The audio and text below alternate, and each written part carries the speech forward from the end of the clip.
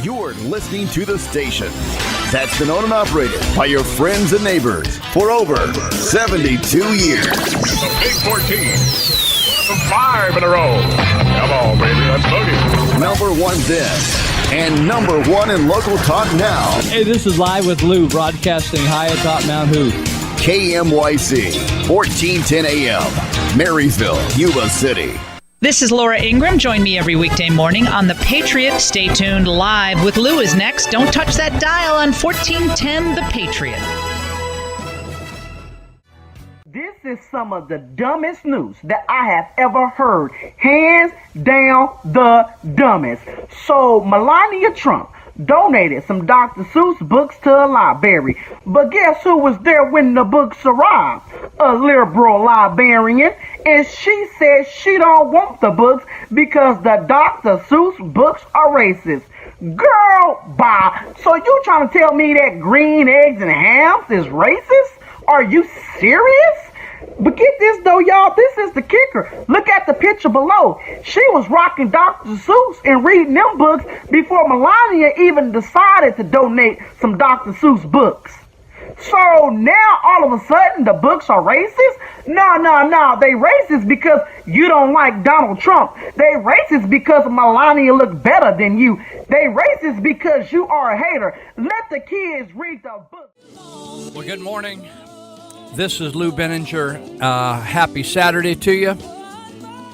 Has it rained? Has it rained since that was gone? Hasn't rained.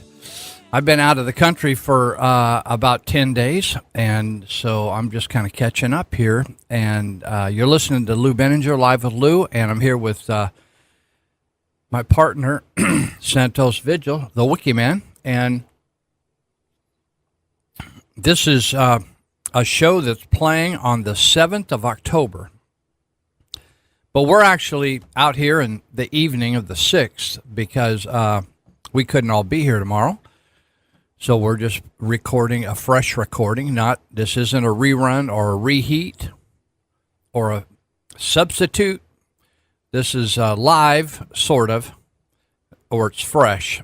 But you can't call in, so I'm not going to give out you can have our phone number. I'll give it out. If you want to call, you can leave a message, but you can't call and chat today. And so if you stumble across the show and you don't know what you're doing here, this is the Patriot radio station, 1410 AM, out here called KMYC. We're broadcasting off Mount Hood in East Linda. If East Linda throws you, that's in Yuba County. We're one of 58 counties in California. We're one of the poorest counties in California. And we're a county that is attracting people from all over the world. And they're coming here to grow marijuana. And so I'm going to talk about that a little later on. Welcome. This is a 3-hour talk show. So for you out in Oliver and Linda, we're starting at 9. So that means if you don't have a watch or a clock, when we end, it's time to eat lunch. If you're tweaking out there and you've kind of lost your way on when you eat and when you don't eat because you're never hungry. So thank you for listening. And I will give our number if you want to call and say you ought to give that guy a raise, since they don't pay me anything anyway. It's 530-742-5555. Again, 530-742-5555. all 5s at the end for Oliver and Linda. You don't have to really remember, just 742 and 5s. If you want to call and complain, we used to have a guy that would listen, and he would be drunk, and he would hit a tipping point about halfway through the show, and he would call and cuss out Santos, and then he would move on, and we'd all move on with our lives. So, again, if we were taking calls and you wanted to have some input, this is a pro-choice radio show, so we feel comfortable with aborting your call if your call isn't convenient or relevant or doesn't fit into my career. I'll just, we would abort that. But this time, you can leave as many messages as you want, and the big kahuna who owns this whole operation and can send me to Radio Heaven, you can talk to him or leave a message for him. So, I've been gone, and the first week I pre-recorded a show. That was at the end of September. And then the auditor-controller of Sutter County, Nate Black, was scheduled to be in here, and I promoted it. I was all excited about it because I thought he was going to interview the former auditor-controller, Robert Stark, which would have been a first on local radio to have those two on together. But lo and behold, our auditor, or my speaker for last week live, did a no-show. And disappointing. I thought he was more reliable than that. But I'll tell you what, I was told that he was 99.9% sure what that means to be, unless he got run over and was killed. Not just run over, because then he could still make it. But if he was run over and killed, then that would be the 0.1% where he wouldn't be here. So for you that tuned in last weekend and think, those idiots, they're playing the same show they played the week before, and they're advertising this Nate Black guy again. So my bad. I learned, and so I will have a better solution next time. So I want to thank those that support us out here. Like I mentioned, they don't hire me to do this show out here. I'm not that good yet, so I have to pay them to actually get to talk. So there's a number of people that help finance this show. There's individuals that contribute towards it, and then there's a couple of businesses. And the Sutter Buttes Patriot Tea Party, or Tea Party Patriots, they are a monthly supporter.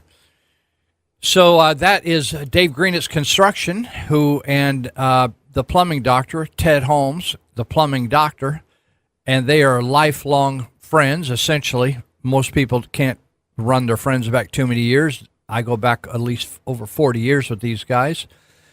Great guys, local businessmen that you can always trust to, not just trust to show up like Nate Black did last week. If I had Dave Greenitz or Ted Holmes, I'm telling you, they would have shown up last week. They are faithful men. So, but they are really great contractors. Anytime I notice water bubbling up under my house, or when the toilet flushed, it comes at me instead of away from me, that's a bad sign. I called Ted, and anytime Ted, when I was gone the last time, here a few weeks ago, right before I went to Vietnam, I was up in Reno, Nevada, and I'll talk about that in a second, at the Trauma Intervention National Conference, Trauma Intervention Program. And so Ted came, my fence was leaning. I thought, that's a bad sign right there. Something's wrong with my fence. So Ted came over and slapped in a big new post and slicked me all up so I can have a little space from my neighbors that go nuts every once in a while. So Ted Holmes and Dave Greenitz Construction, the plumbing doctor, call him up. Dave, the one thing about Dave is Dave's so busy that you may have to have a personality test before you do business with him, because he just doesn't do business with anybody. But you can go on his website at greenitzconstruction.com, and I'm telling you, check out those bathrooms and kitchens. He didn't just steal, you know how people steal photos and put them in their ads off the internet? These are actual photos of kitchens that Dave has done, and they're unbelievable. In fact, I don't even know what I'd do if I had a bathroom or kitchen that nice. So Dave also does work on my house. When I'm done, I just give him a punch list of things to repair, things I broke during the last few months or wore out. Things fall off the wall, like my body. I tell the kids at juvenile hall, when you get this old, you got to be careful. You walk down the street and a part will just fall off. You got to go back and pick it up. So these guys support me or this show and what we're doing out here, but also the Sutter Butte Tea Party, Sutter Butte's Tea Party. And so I have a little update for you on their upcoming meeting on October 16th.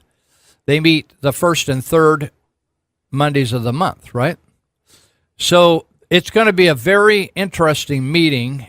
The name of this organization sounds boring and sleepy, but there's been a lot of controversy regarding this group, and I think folks ought to go to this and give them some hell. And the name of the group that's going to be speaking at the Sutter Butte's Tea Party Patriots meeting on October 16th at 6:30 at night is the Sutter Butte, not Sutter Buttes, but Sutter Butte, in other words, the two counties of Sutter and Butte, Sutter Butte Flood Control Agency, or what we commonly called in the acronym SBUFCA, SBFCA. And this group came into being because the 44 miles of levee along the Feather River, starting up there around the Oroville-Chico area and coming on down through Yuba City, needed repaired in a big way. It was a sieve. There was water percolating through when we got high water. And so over 30,000 property owners were assessed a fee or a tax, whatever you want to call it, that you'll pay on top of your property taxes for the next 30 some years to pay for a rehab of 44 miles of levee, the west bank of the Feather River. And so the controversy I bring up about this group, I mean, they're getting the job done. They're still working on it. If you notice right around Yuba City, around the bridges, there's all kinds of work going on right there. They're putting new slurry seam right down in the middle of the levee because the water was coming through the levee without washing out the levee. But anyway, the controversy recently was that the Sutter Butte the Sutter Taxpayers Association had made an agreement with the folks that got the law passed, or the measure passed, back in about 2010, I think it was, to assess all these 30-some thousand properties. They made an agreement with this Sutter Butte Flood Control Agency that they would support the passage of this measure if there was a citizens advisory group called KDAC that would oversee the spending of hundreds of millions of your and my tax dollars. And I say mine because I don't have property in Sutter County, but I'm involved in a church called Church of Glad Tidings, and we had to pay thousands of dollars a year for this. And so part of my money I give to the church goes to this agency. And so what happened recently is the Sutter Butte Flood Control Agency got tired, after all these many years, of having this citizens advisory group overseeing them. In fact, they worked to can one of the members and encouraged to leave another member that were asking too many questions. And so they summarily dismissed the Citizens Advisory Group and said, we trust ourselves to spend your money well, and you can just come to any of our meetings and ask all your questions if you want. And usually their meetings are when you're working. So this group is going to be speaking at the October 16th Sutter Butte's Tea Party Patriots meeting, which is located the meeting is located on Church of Glad Tidings property at 1179 Eagle Road in Yuba City. It starts at 6:30, doors open at 6, and you don't have to belong. Anybody's welcome. So I think it's going to be a very interesting meeting. They're going to talk about a lot of the work that they still need to complete, permits they need to get, maps with the insurance issues, Federal Emergency Management Agency remaps of the community. And the fact is, if you live in Sutter County or Butte County, or you're just interested in flood control, this would be a good meeting to go to. So there you have it. We'll mention it again here a little bit later in the show. So, but I think the interesting thing is no one is watching the chicken coop now. So it's wide open to misspending of money. And you think, oh, they would never do that. Well, they were they no sooner got started, this Sabufka group, and they wanted to spend $80,000 to all fly back to Washington to lobby regarding flood insurance. Well, flood insurance doesn't really have anything to do with building levees. And the money we are contributing per parcel for the next 30-some years, it was supposed to be repairing levees, not lobby Congress.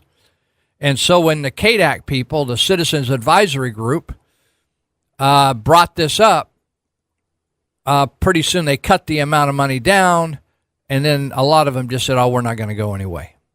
So interesting what a little oversight will do, make you look. In fact, if we have time, we have way too much stuff. I've been looking at things to talk about for the whole time I've been gone over to Vietnam, and I don't know whether you've noticed these politicians, these elected officials under the Trump administration flying around on private jets and charging you and me.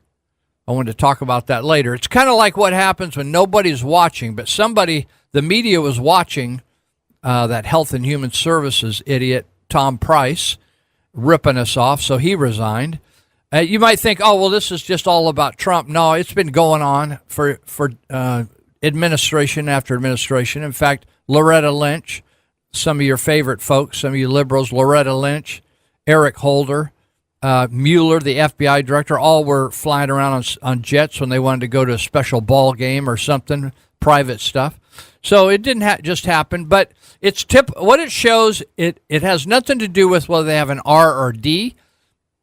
It has to do with people getting full of themselves when they get into public office, whether at the city council, the supervisors, or the state or federal government, and they just spend your money. It's just like they're a king, and it's like they're anointed by God himself to spend all the money they want, wherever they want, and to have a pretty cushy lifestyle. So there you have it. Well, we've been talking about all of the marijuana growing, and if you've been reading the Territorial Dispatch, or you can look at it online at territorialdispatch.biz, you can look at the entire paper, ads and all, online, page by page, not like the Appeal Democrats' dysfunctional website where you can't ever see anything, and then they block you if you don't give them money. The territorialdispatch.biz is a free internet site. You can just go and read to your heart's desire, all 10, 12, 14 pages, whatever it is that week. And so we've been running articles listing addresses and the names of the property owners of people that are growing marijuana illegally in the Yuba County foothills. Now, here's the fascinating thing. They've been doing it illegally for years, and nobody's been going up and arresting them. And the city and the supervisors who claimed they wanted to be elected to office because they wanted to lead, and you could trust them, and they were smart, and they were the sharpest people who were running. Choose them, not the other guy, because they're finally going to get something done and get this county running on its all 8 cylinders, and they're going to cut back waste, and they're going to do this and that, and almost everyone that ever runs for office says, we're going to support law enforcement, and we're going to raise money for law enforcement, help law enforcement, and yet nobody was up there arresting all these people. Well, Buck Weckman, who is a retired firefighter with the California Department of Forestry, now called CAL FIRE. He's been living up there since before the dinosaurs all died off. And he started writing articles and appearing before the Board of Supervisors, the City Council, and everything else, talking about, hey, if people want to smoke marijuana, that's one thing. But they're packing around weapons up there, and they're spraying chemicals that are toxic, and they don't even belong here. In other words, they're imports. They don't like you. They don't care about Yuba County. They don't want to join the Little League and coach the Little League. They're in here as a part of the cartel, Mexican cartel, the Israeli cartel, people out of other countries. They're in here to exploit the weakness of the management of this county, which goes back to the Board of Supervisors, and they're ripping us off, and people are leaving and selling their property. People are not building up there anymore because they're afraid to move into the Oregon House, Dobbins, Brownsville area. And so he started complaining about this and started an organization called Stop and Fact, both organizations to stop the open grow of marijuana and marijuana dispensaries in the county. So he's been writing articles, and then I began to write some articles, and we began to list all these grows that are, it's the Wild West up there. But it's been a long time. I'll tell you this story before we hit, are we about to the half hour? Or we got 4 minutes. Okay, let me tell you this story. I was, after I ended my career working for the Church of Glad Tidings for pay, I still work with them for free, but I was getting paid actually for many years. It was unbelievable. It was like a miracle of God. I did all this cool work that was fun to do, and they actually paid me to do it. And so, but when I ended that, I needed to make a little money because I wasn't collecting Social Security or anything. So a private investigator hired me to deliver legal documents. So one time I was sending, I had a subpoena or something, and I drove way up to Brownsville, and I was going down this road, and I was watching just like you would a street numbers, and watching for the street numbers to find my house, because up there it's very rural, so houses are here and there. So I was driving along, and then I ran out of street numbers because right across the paved road was a cable, and somebody had cabled off the road. Right no sign, no road ends here. There was just a cable across the road and a padlock on it, and then, but about 50 feet back from the cable was a house, and I could see some people standing up there in the front yard, and I drove in their driveway, and it happened to be a probation officer from another county, like Nevada or Placer or whatever. They were very nice. And I said, hey, I ran out of numbers on houses. I got to go farther up that road to deliver this, and I can't go. And I said, this is a county road. Why would it be padlocked? They said, oh, they're drug dealers. They're drug growers up there, and they don't want people down there because they're raising marijuana. And he said, it was dusk. It was the sun was just setting, and so I thought, well, I can just walk up there. And they said, I wouldn't do that if I were you, unless you had law enforcement with you. And at night like this, you might run into some animals, right, dogs. And in fact, they said I wouldn't go back there without law enforcement, period. And I thought, well, that's interesting. So I just turned my Honda Element around, and I thought, mission accomplished. And I just drove back to town and got on my computer and emailed the sheriff. I said, by the way, do you know that one of your county roads up there through the Yuba County foothills is actually, it's been taken over. It's been taken hostage by drug dealers, and they have blocked the entire road off, so you can't even go down there any farther. So that was like about 4 years ago. So while I was in Vietnam, I noticed that they made a big old raid, and they've been complaining, and I think it's a legitimate complaint. The law enforcement said, we don't have enough officers, enough deputies to enforce this. And, the county hired, they claim, oh, yeah, supervisor said, we're going to hire all these code enforcement people. Well, those little sissies, that they don't have any weapons. They go out with a pen and a pad and a bulletproof vest. I said, that's kind of like the Border Patrol down in Mexico now under Obama. They just give you a bulletproof vest and a walkie-talkie and a pen and a pad and said, go down there and try to speak Mexican to those guys and encourage them to stay on their side of the river. And then they get shot. Right? You remember that? So So nobody was doing jack diddly up there, right? And people had quit complaining from up there because there was nobody doing anything anyway. But last week and over the last few weeks, a multi-agency task force has been cleaning house, and I want to talk about that in just a second. So we're going to take a break here, and then we're going to come back for our second half hour. Again, we're going for 3 hours and ending about noon.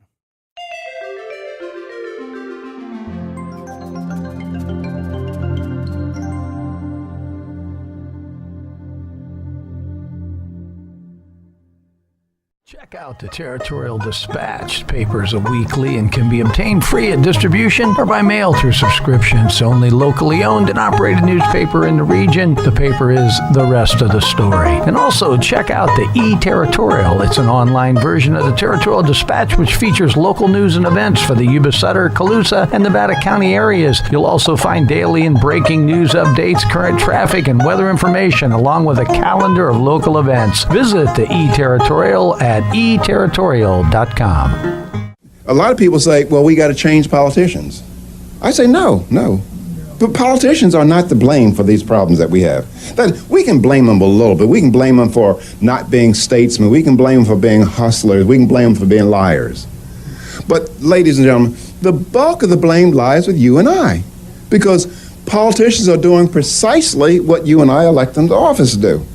And what do we elect them to office to do? We elect them to office to use the power of their office to take what belongs to one American and give it to us. Or to give one American a privilege that will be denied another American. I mean, you see this, you say, well, not we people in California. Well, imagine. I thought you went to UCLA. Imagine I'm running for the United States Senate in California. Now, I go up and down the state and I tell the people of California, look, I have read the United States Constitution, namely Article 1, Section 8 of the United States Constitution, and if you send me to Washington, don't expect for me to bring back Meals on Wheels, aid to higher education, highway construction funds, because it's not in the Constitution of the United States. Do you think I would get elected to the Senate? No, I wouldn't. Now, here's the tragedy of it, ladies and gentlemen, that from a narrow economic self-interest point of view, Californians will be exactly right not sending me to the United States Senate. Why? Because if I don't bring back billions of dollars worth of goodies, it doesn't mean that Californians will pay a lower federal income tax. All it means is that Nevada will get it instead. That is, when legalized theft begins, it pays for everybody to get involved. And those who don't get involved wind up holding the brown end of the stick. So that is the tragedy. It's making sense for all of us to get involved with using government to take somebody else's money. It's a tragedy in happening in our country. Now, you'll get a lot of people say, some of your politicians out here will say, well, Williams, all these things are justified in the Constitution under the General Welfare Clause. That is utter nonsense. And if you read the words of people like Madison, Madison, James Madison, he objected to money going to some French refugees, I believe in 1789, 1792, something like that. And he said, I'm virtually quoting him, he says, I cannot lay my finger on the article in the Constitution that warrants Congress taking the money of their constituents for the purposes of benevolence.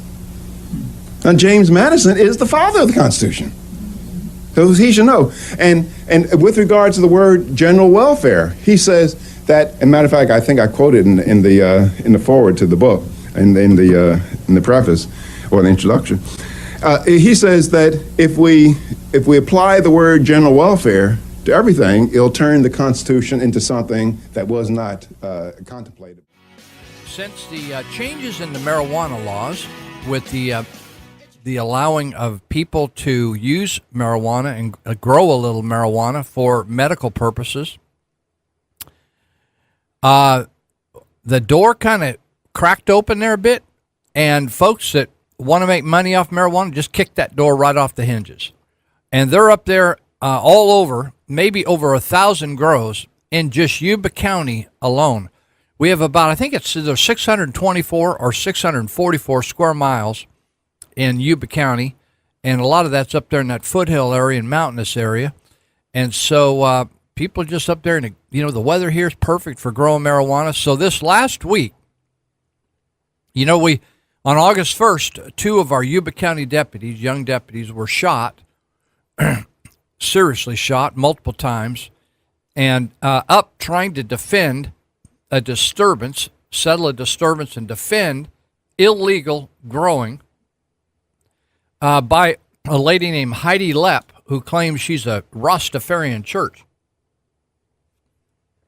And after that shooting, there seemed to be a change, or that maybe was a tipping point, where people got so pissed off that they were demanding not only something be done, but that a state of emergency be called in Yuba County. And I think the Yuba County supervisor at the first said, "Oh, forget about it. That's ridiculous." But we'd already had a state of emergency because of the heavy rains we had, because of a tree beetle eating up a lot of trees, and yet people's lives were being threatened in the Yuba County foothills, and we didn't have the law enforcement. According to law enforcement themselves, we didn't have enough law enforcement to enforce the law. We just had problems, and so Buck Weckman, with the Families Against Cannabis Trafficking, FACT, he said we need a state of emergency declared so we can get county and federal help, state help. Well, lo and behold, John Lope, who is I always get it confused whether he's the sheriff of Siskiyou or Shasta County. It's one of the S counties to the north. But he had a Hmong couple, a brother-sister, proposition him, please leave our multiple grows alone and we'll give you $1 million. And they made a down payment of like $10,500, and Lope had them arrested by the FBI. And so Lope's county supervisors declared a state of emergency at his request, because the sheriff really needs to be involved in that declaration. And Ted Gaines, who's the supervisor, state supervisor up in that area, actually also asked for extra help and said that things are out of control up there, and they can't enforce the law. You remember in the Wild Wild West movies, Tombstone, or one of those wild, crazy movies that are really cool to watch, Clint Eastwood movies, and all of a sudden you'd have a village or a city, small town, and you'd come into the town and it was lawless, that a bunch of renegades or criminals were actually running the town. They might have a sheriff with a badge on him, but he was either a corrupted sheriff or something, right? And then the outsider, a marshal, would come in, a state marshal or somebody'd come in, they'd deputize a bunch of people, and they'd clean house and run the guys off and bring law and order. Well, that's what we needed. That's what we needed up there in most of these northern counties, including Yuba-Duba. So this last week, I was so amazed. They arrested about 18 people, I think, and they eradicated something around 1,500 marijuana plants. These are big plants. These are small trees is what they are, or a shrub, I'd say. Shrub's a better idea. They think it came to around 30,000 pounds of marijuana. I want you to just think about that. I have seen some marijuana before, back when I was doing the wild thing, when I was selling this stuff myself. Never did see no 30,000 pounds. And but I've seen some photos of that, and they had one of those big old jumbo dumpsters. I don't know whether from Yuba Sutter Disposal or what. And I was wondering whether those guys, any of those workers out at Recology, were smoking that marijuana. I wonder if those boys actually got rid of that stuff, or who was overseeing the disposal of that marijuana, or if it might end up in that compost heap out there, and you might want to go get some of that compost out there and then try to light it on fire in your backyard. Invite some folks over. Anyway, 30,000 pounds, and they also found some guns, and they said money seized from the raids, both in cash and checking accounts, total $95,000. Now, maybe some of that $95,000 could be put towards supporting more deputies. I'd be in favor of that. So they listed all these folks, and when I look in the newspaper, like in the Appeal Democrat, which lists Susie shot Johnny and Jose got arrested for DUI and all that. I read through some of that because I almost hardly ever do I look at the paper and I don't know somebody getting arrested, because I hang out with that kind of group. I go into jail and juvenile hall a lot, so I know the people that are up to no good. They get in trouble all the time. But when I looked at this list of all these people arrested, I didn't know one person, and I thought, huh. And when they listed their names, they listed them with the address of where they were growing the pot. Like, I'll give you an example. It says Michael Cesario, 63, of the 6,000 block of Potts Trail, Browns Valley. Well, that's the location where the plot of marijuana was. Then Santiago Ochoa, 69. And it's an old dude up there making some money. He was down here on D'Antoni Road, just around the corner from here. You know, D'Antoni, we could just throw a rock behind Mount Huth, and he was growing. No wonder I'm getting high out here sometimes. The guy was probably burning some of that stuff. This right around the corner from here, Santiago Ochoa. And Suzanne Brown up at Rice's Crossing Road in Oregon House. So, but the article goes on to say, when you look at the arrest docket, when they list the people, they list them something about their background, where they came from, or where they hail from, like maybe the address on a driver's license or something. And so the article says, while those people listed above were living at these local addresses, they don't appear to have been permanent local residents. For instance, the person, Tanya Richards, 37, they have an Oregon House. Her birthplace was Jamaica. Come on, man. We got a little reggae.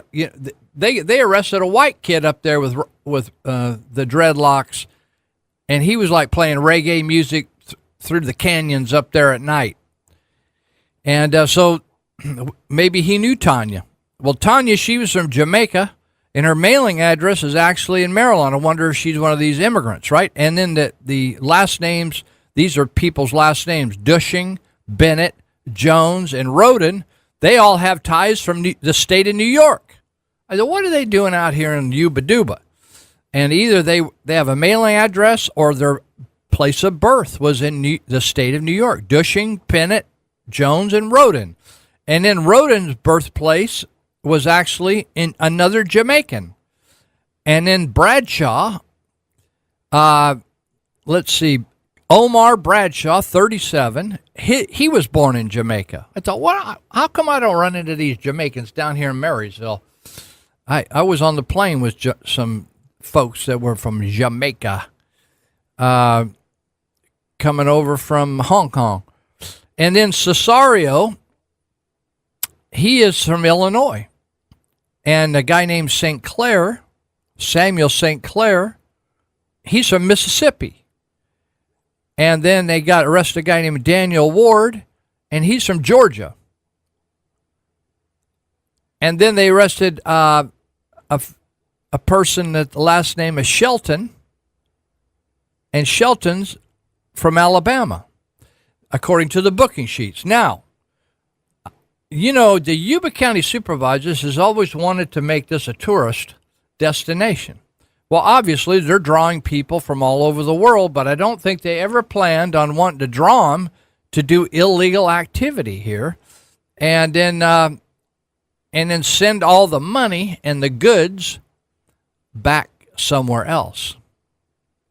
So it's something to think about. But attaboy, Sheriff Durfer and all the agencies. It was a multitask deal. In fact, one of the arrests was down on 8th Street where Sacramento officers apprehended Heidi Lepp. And now she's the self-proclaimed reverend and founder of the Rastafarian Church. Now, Heidi was just up giving the supervisor a piece of her mind. In fact, you might have seen her on the internet cussing out. She actually filmed herself. This is bold. I mean, filming herself cussing out a deputy of the Yuba County Sheriff's Department.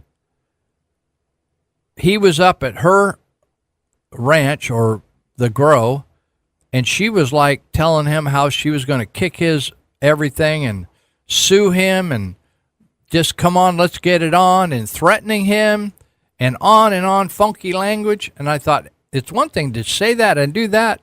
It's another thing to record it and put it on the internet, right? It's, you know, when you talk to the sheriff's department, your voice is recorded. You know that, don't you?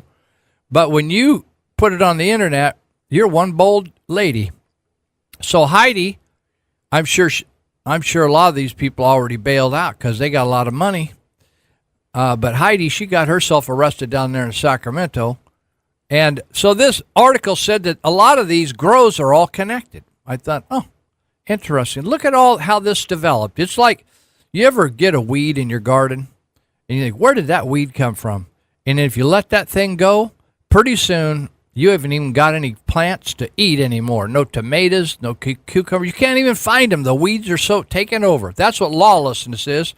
That's why, the Bible teaches, the Apostle Paul wrote in the Bible that the police force are actually ministers of righteousness.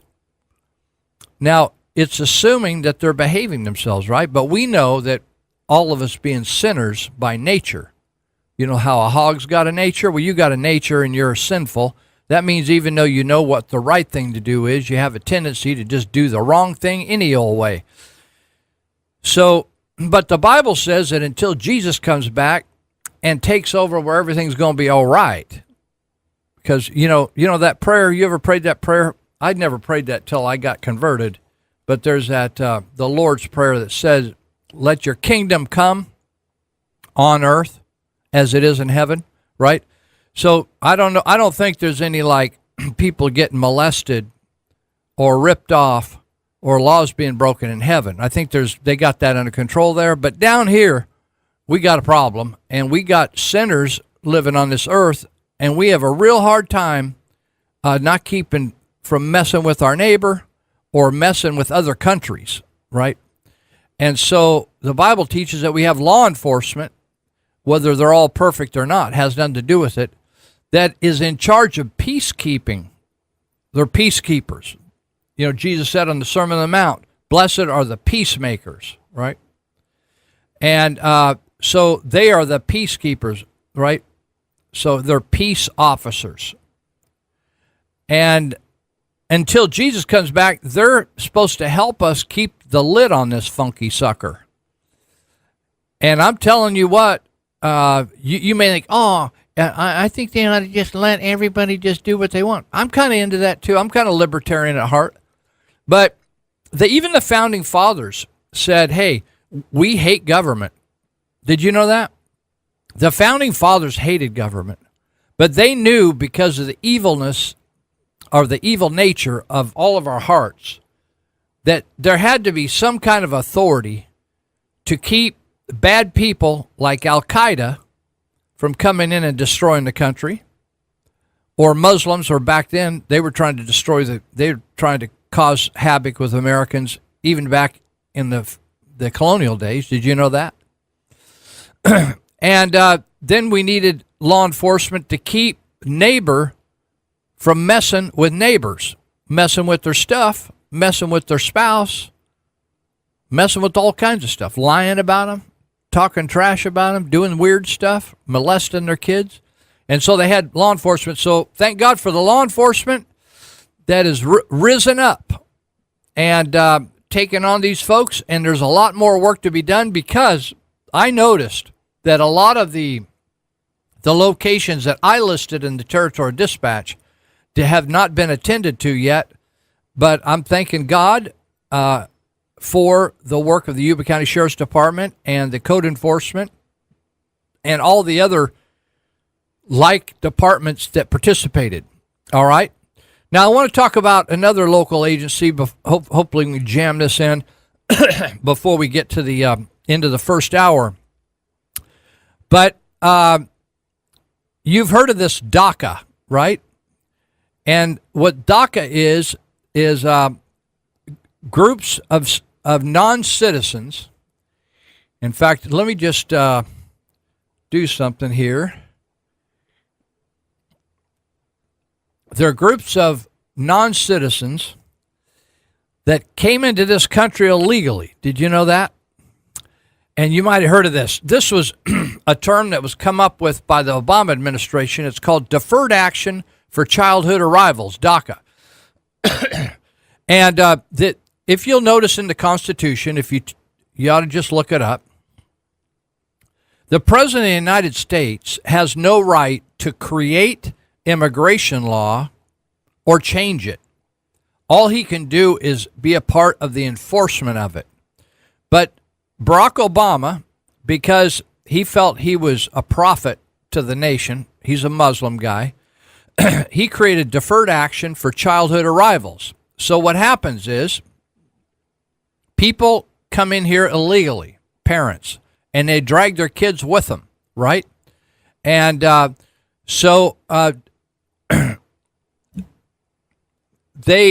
Obama was trying to create a way as president to allow nearly 1 million of these people that they ended up calling euphemistically. That means a term that sounds better than what the real thing is, like planned family planning is like murdering children. So dreamers are actually illegal aliens. They are the children, but no longer children. They were children when they were brought here. And he was wanting to let them stay in the country and give them a 2-year amnesty before they could sort out a more comprehensive immigration program.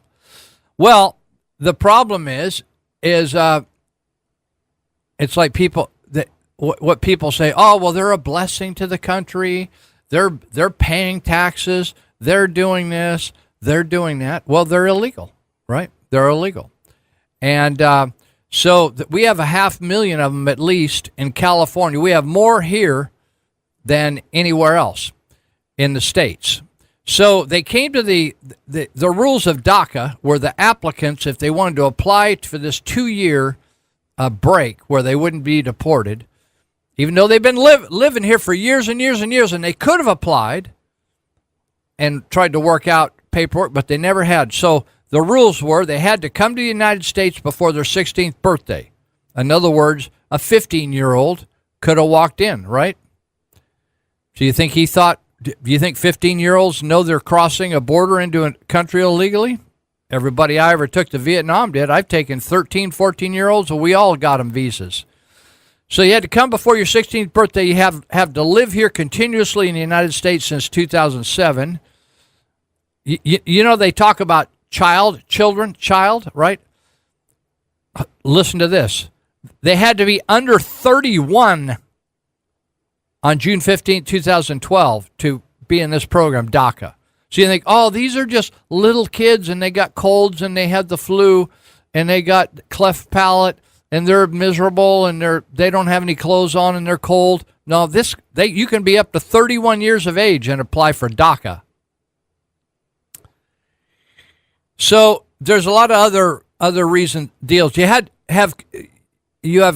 says you needed to complete high school or have a GED, have been honorably discharged from the armed forces. These are children, right? Or enrolled in school. This is DACA. So it's a euphemism, right? In other words, it's BS. And so the reason I bring this up is people, every once in a while, they send me information. And so I got somebody sent me information from Yuba College, good old Yuba College. You think conservative Yuba College, sleepy Yuba College. And so they sent me some documentation from the chancellor over at Yuba College, Mr. Houston, and other communications from the big dogs of all the junior colleges in California, talking about how they're going to protect all our DACA students, and they're not going to cooperate with immigration, and they're not going to ask them anything. And in fact, they have put together a fund that's now $3 million to help DACA people renew their permits for 2 more years. In other words, when the DACA people applied to be not deported, they had to pay $495. And if they didn't want to pay that, then they're going to deport them. Well, then the government turned around, took your and my tax dollars at Yuba College. Did you know that your and my tax dollars pay for Yuba College? Did you know that? I want you to look on your tax bill. I just got mine while I was gone to Vietnam. And on my tax bill, there will be a couple lines for bonds that I'm paying for Yuba College. And they're giving money free. They're paying not only for people, for DACA students, for illegal immigrants to go to Yuba College. They're waiving their out-of-state. You know, if you're out of state and you want to go to Yuba College, it costs extra. They're waiving that. And then they're paying their fee to stay in this country. That's what this is local. You say, how does this affect in other words, we got people that are illegal aliens that are getting their fees paid while you pay taxes in Yuba and Sutter County, and you got to pay for when you go out there and take 3 units, 6 units, 15 units. My daughter used to take 21 units out there, and we have to pay for all those units. They don't have to pay for their units. They're getting waived on that, and you and me, we're paying for that, you and I. So we're going to be right back. We're finishing our first hour. If you hate it, there's plenty of stations to choose from. If you want to stay more, I got lots more to talk about here. I got 2 hours with it.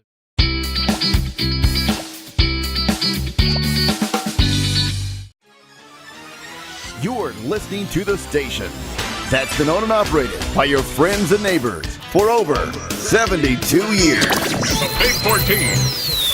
5 in a row. Come on, baby. Let's boogie. Number 1 then, and number 1 in local talk now. Hey, this is Live with Lou, broadcasting high atop Mount Hood. KMYC, 1410 AM, Marysville, Yuba City. I haven't always embraced history, but when I walked through a World War II museum the other day, it changed my life forever. I saw the dead bodies of Americans piled up on Omaha Beach, jackets filled with bullet holes, and the sand stained with blood. 419,400 American soldiers gave their lives to win World War II. That's 419,400 men willing to charge at a hail of gunfire, knowing damn well they would die. Willing to give their lives for as little as an inch of forward progress. For the men behind them, the country behind them, and the idea behind them. One life for an inch for freedom. As I walked through that museum, I couldn't help but wonder, what would those men think of us today? I even found myself asking a question that should send shivers of guilt down all of our spines. Did they fight too hard for freedom? Did they sacrifice too much? Did they make life in America so safe and so easy, so completely removed from difficulty and hardship, that we lost our understanding that freedom is guaranteed to no one and can be lost in an instant? All right, this is Lou Benninger. That was Eric Clapton preaching the gospel, saying if you're going to accuse me, you better take a look at yourself. Jesus said don't judge people unless you want to be judged by the same judgment. We're talking about DACA, and that is the temporary amnesty program for people up to 31 years of age. You know, DACA, the C in DACA is childhood. So this, it's typical of government, they misname things to deceive you, right? So while I was in Vietnam, I got this several emails with documentation from Yuba College, their inner office documentations of how they're going to handle illegals and how they're not going to comply with with law enforcement. You know, they have police at Yuba College, so that police at Yuba College, if they have an illegal alien, aren't supposed to do anything about it, et cetera, et cetera. And so, and not only that, but the college system in California, when for the DACA 2-year exemption, it's $495. The state of California, your and my taxes are paying for that. And so, anyway, there's a couple of questions here. They have a question and answer, so all the workers at Yuba College get it really clear. So in this article, or this letter that went out from the chancellor, it says, at its December 2016 meeting, the Yuba College governing board adopted a resolution and, among other statements, affirmed that the Yuba College District is committed to being and remaining a welcoming environment for all students, including international and undocumented students, in accordance with the law, regulation, and policy. Well, not all law, regulation, and policy, because illegal people are supposed to be deported. So it says, will documentation status be provided to law enforcement agencies? This is right in the Yuba College inner office memorandum. It says no. The Yuba College District is required by state and federal and district policy to protect the privacy of its students. Now, I wonder if they rape somebody, whether they'd cover that as well. Question 2, will the district participate in creating a registry of undocumented students? No. Federal and state law prohibits disclosing students' education records to anyone except with a valid legal subpoena, warrant, or court order. In fact, if it's Obama, you still can't get his records. Number 3, will district police enforce federal immigration laws? I want to say that again. This is Yuba College School District. Will district police enforce federal immigration laws? The answer is no, this says. The district police are responsible for enforcing certain state and local laws and district policies. They have no jurisdiction over federal immigration laws. Well, thank you, Jesus. Well, then it goes on, it says, ours, let's see let me see who signed this. This is signed by Douglas Houston. I actually had coffee with him with a group of guys here a while back. So, but I'm just going to write you what he writes.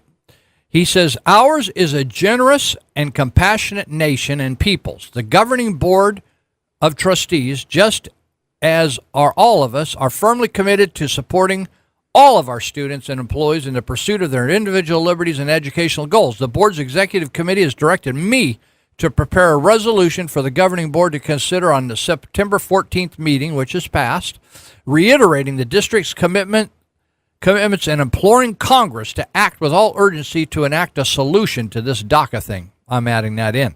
Our enduring concern, et cetera, et cetera. Anyway, they want to lobby Congress to ignore all these illegal immigrants on our campuses that we're funding. It's one thing if people are here illegally and they actually pay for their own way. They pay their own utilities, their hotel rooms, their housing, their food, their medical, their schooling. No. They're attending all the free education, just like you and I did, or our kids did, because we paid for those schools. Then he says, it says here, nothing in this announcement or the Department of Homeland Health Services, DHS, implementation impacts a student's ability to attend our colleges, qualify for exemption. Listen to this really closely. Qualify for exemption from non-resident tuition fees. In California, this is a California deal. We pay we exempt them from non-resident tuition fees, and to apply for financial aid under the California DREAM Act. Now, that DREAM Act, your kid, if you're a tax-paying citizen, your kid cannot get money under that DREAM Act. That is only for students, not kids. I don't know when kid ends at 18, 17, 19, 21. DREAM Act includes people up to 31 years of age, folks, and they get free money from you and me. AB 540 and the California DREAM Act, AB 130, AB 131 are state programs separate and distinct from DACA and the federal enforcement immigration laws. The long and short of it is that the local, we're giving away Yuba College services that you and I pay for. We build those buildings. We pay for those buildings on your property taxes. You can look at your bonds. If you're in a county that's in the Yuba College district, you are paying for the painting, upkeep, repair, building new buildings. Your taxes are paying for Yuba College, and your taxes are going to people that are illegally in this country and getting a free education that your own kids cannot get. Did you know that? Your own kids cannot get it. That should get your attention right there. It sure got mine. I was kind of surprised at that whole thing. Kind of surprised. Well, how we doing on time? We got 15 minutes, 10 minutes? How we doing? 15 minutes. Okay, I want to move on from what we're giving away out there at Yuba College to what we're giving away over here in Sutter County. So also while I was gone, Chuck Smith, he used to write for the Appeal Democrat and used to work for the Operating Engineers Union, is the public information officer for the county of Sutter. And Chuck has tried to help me keep all my facts straight when I'm talking about goings on that side of the river. And I appreciate that very much. He tells me, he tries to make things clear for me and tells me how I can get information. He's even offered his cell phone on the weekends, which that's very unique for people that are working for government, that when they get off, they're usually, they fall into the government employee Bermuda Triangle, and you can't get a hold of them till they surface, unless they file for a sick leave so they can pick up another 3-day weekend. But Chuck gave me his cell phone, which I am grateful for, because a lot of times I'm writing an article on the weekend and I don't have any, because they won't return my phone calls, except Chuck. So thank you, Chuck. So he says, he sent me this deal, and he says, there's a saying around here there's nothing on the agenda, that means the supervised agenda, until the agenda is posted. Still, there's been a lot of discussion among staff and at the public meetings that the Board of Supervisors would be considering a 2-year plan dealing with the homeless issues on October 10th. Oh, by the way, I want to tell you the difference. I'm going to talk about communism here in just a minute. Oh, you need to remind me we need to play this, right, this communism. So maybe we should do that first. So let me give you this story, and then I'm going to introduce this. This is the 100th year anniversary of communism starting. Isn't that amazing?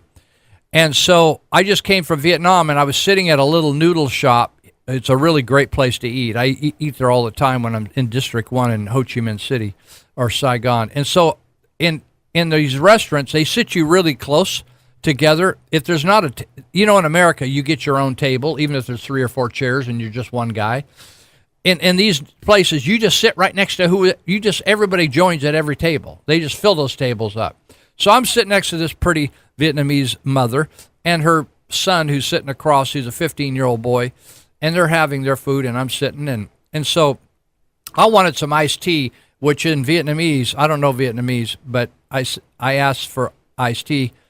I said, tra da, you got to go up, you got to tra da, and that's iced tea. And you got to say it kind of weird because they have it's a tonal thing. You can't go tra da. They never get it. Got to do the whole emotional thing.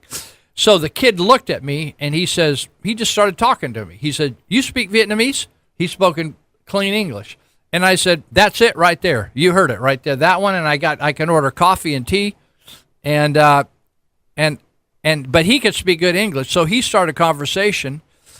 And then his mom was asking questions of me through him. Like, what am I doing? Everybody wants to know how old you are. And I always tell them I'm 100, but I'm looking hot for 100. So anyway, they want to know how old you are and what you're doing there, right? That's the Vietnamese thing. Right, first thing, they just want to get the age thing right out of the way. and then they want to know if you got any kids kicking around. And so then they left because they finished first. And then he came back and he said, can we have your email address? So then he was communicating with me last night or early this morning on Facebook. And he said, what are you doing? And I said, I'm getting ready for a radio show, a radio talk show. He said, what is a radio talk show? Because, folks, that's communism. You can't just get on the radio and talk. You with me? He said, what is a radio? He said, what is that? I said, you know, you have radio in Vietnam. He said, yeah, it's a talk show. What is that? And I said, I just get on the radio and tell people what I think for 3 hours. He said, really? Right? I want you to just hold that thought. I want you to just hold that thought right there. And so anyway, I want to play this John Stossel piece because most of you can't even spell communist. And I think you need to listen to this, about 5 minutes long. Happy birthday, communism. This year marks 100 years since communism began. Street by street and building by building, the Bolsheviks took over. The first revolution was in Russia. In those fantastic days, the sun seemed to have risen at last. No longer would capitalists exploit workers. Now the people would prosper together under Lenin. Some people resisted, so Lenin ordered them killed. You need to hang without fail, he said, so the public sees the death of the rich, the bloodsuckers. Stalin continued the killing. Millions of people starved because it turned out that when farmers can't control their property, they don't produce much food. Yet today, many leftist Antifa activists carry communist flags. Some say, well, Russia just didn't do communism right. But when has anyone done it right? The Chinese said they would make communism work. Instead, a mob of teenagers called the Red Guard lined up skeptics and executed them. Millions were murdered. Yet even after years of murder, many Chinese people still believe. Look at these people. They are crying, not because they're unhappy. They're crying with joy and excitement just because they got to see their leader, Chairman Mao. I was brainwashed for entire those school years. Mao was like a god to me. I could listen to him talking to me from the clouds, just like a religion, right? But Chinese communism failed even the people who worshipped it. I was so hungry all the time. My uncle told me how to trap rats. But the prison, everybody's trying to catch rats. The rats run out too. It was horrible. It was horrible. Lily Tang was a little girl then. She loved Mao. Then he died. I really did not know what to believe. It's like I started to realize, was that lie? I was 12. You look at my picture when he died. I was wearing big arm, black band and crying my eyes out. But about 8 years later, I met a U.S. exchange student.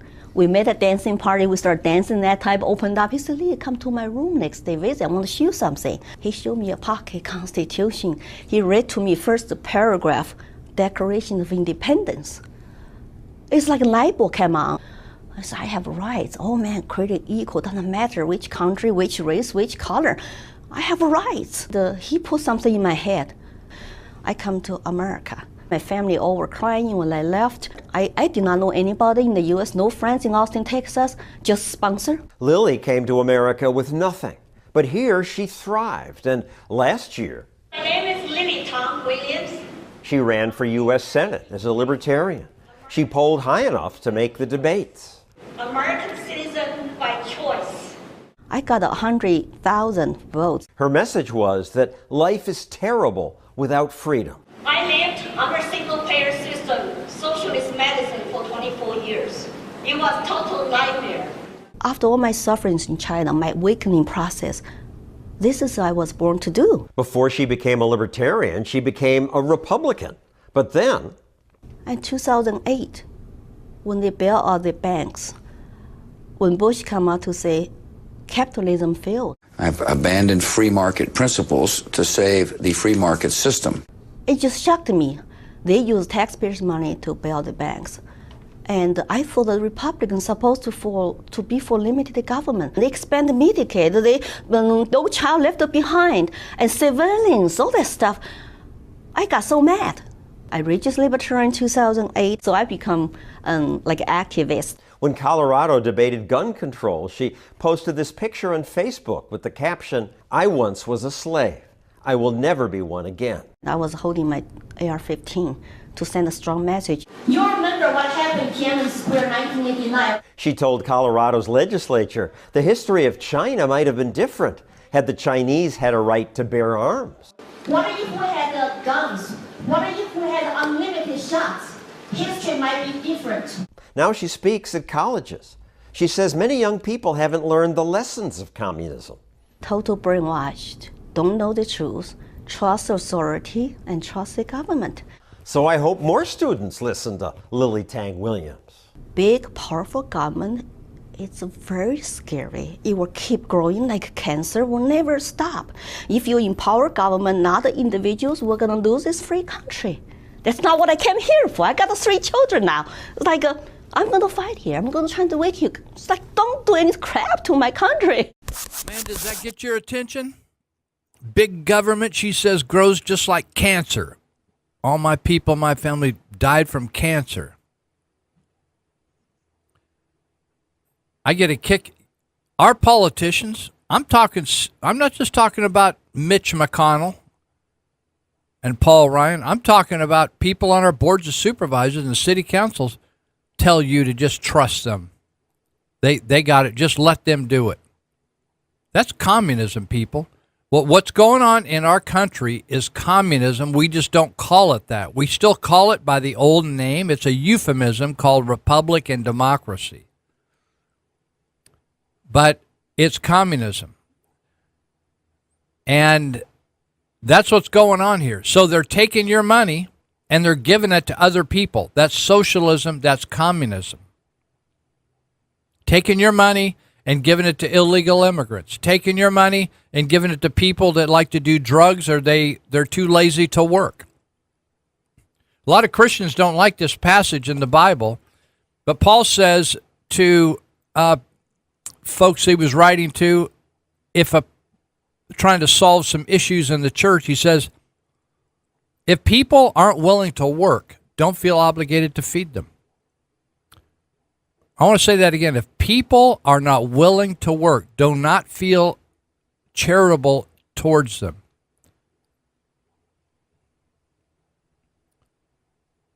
I want you to think about what we're doing in this country. What we're doing in this country for many decades now is we're sending out checks to people and not holding them accountable to any standard at all. In fact, it used to be they have to go in and report every month. They don't even do that on welfare anymore. So now,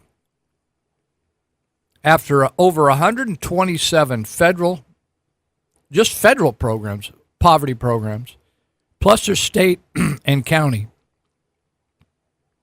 now we have another program in Yuba County. I call it Bendorf Zoo, or they call it 14 Forward. It's a zoo over by the rescue mission, fenced in, and they're so proud of the supervisors who make $80,000 a year are so proud of the kindness they're showing by putting these drug addicts in tool sheds with no air conditioning, no electricity, no running water, no sewage. They're so proud of that. I mean, they smile and they their hands around each other's shoulders and sing "Happy Days Are Here Again." And now the guy who was kicked to the curb by the Thousand Oaks City Council, Scott Mitnick, now wants to mimic, for you and all of us, that's imitate or copy,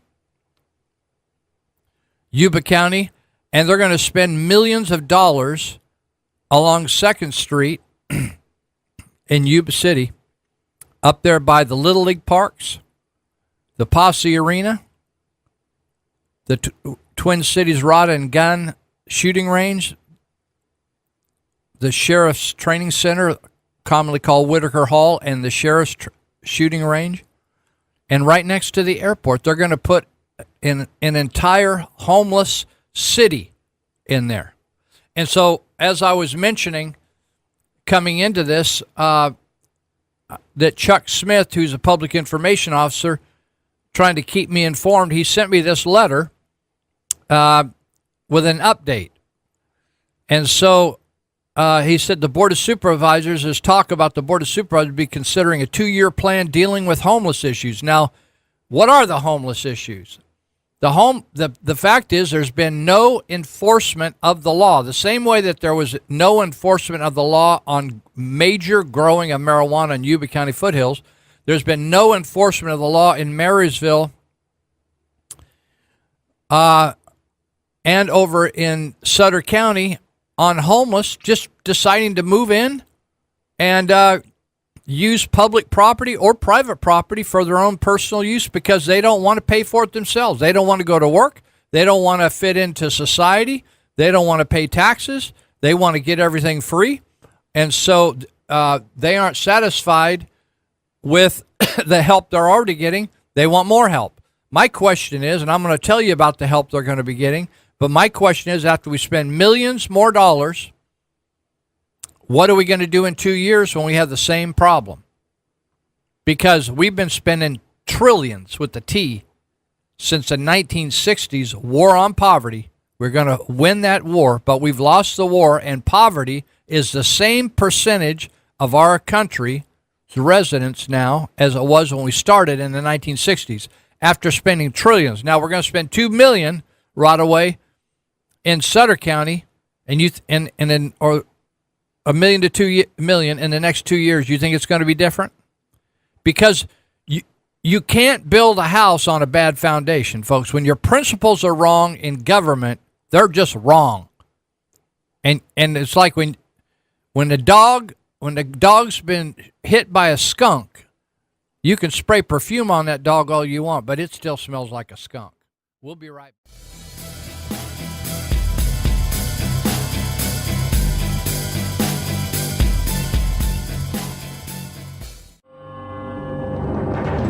Hello, I'm Kelsey, a student at Hillsdale College. Here is Dr. Larry Arnn on how America's founders understood the words, all men are created equal. America's founders knew, obviously, that human beings are not equal in terms of strength or beauty, or in terms of intelligence, industry, or talents. They understood that because of such differences in talents and things like that, some people would be wealthier than others. But human beings are equal, the founders believe, in their possession of natural rights, such as the rights to life, liberty, and property. Today, many Americans reject this equality of rights in order to pursue equality of condition through redistribution, or spreading the wealth around, to use a famous formulation. This is destructive of liberty as the founders understood it. This Constitution Minute was brought to you by Hillsdale College. To join the national conversation on the Constitution, go to constitutionminute.org.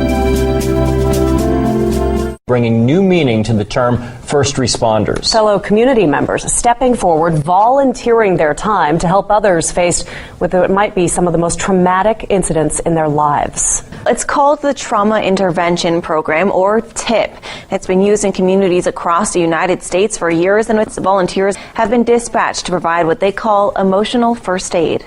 A collaboration between police, paramedics, fire departments, and even hospital staff is making sure residents are emotionally taken care of in a time of crisis. Residents are volunteering their time with the Trauma Intervention Program, or TIP, dispatched to the scene of a fire, accident, or death to focus on the emotional needs of those left behind. As an emergency responder, you need to get back in service and be available for the next call that would come in, but you're leaving a family member in a pretty traumatic situation. But now that gap is filled by a TIP volunteer.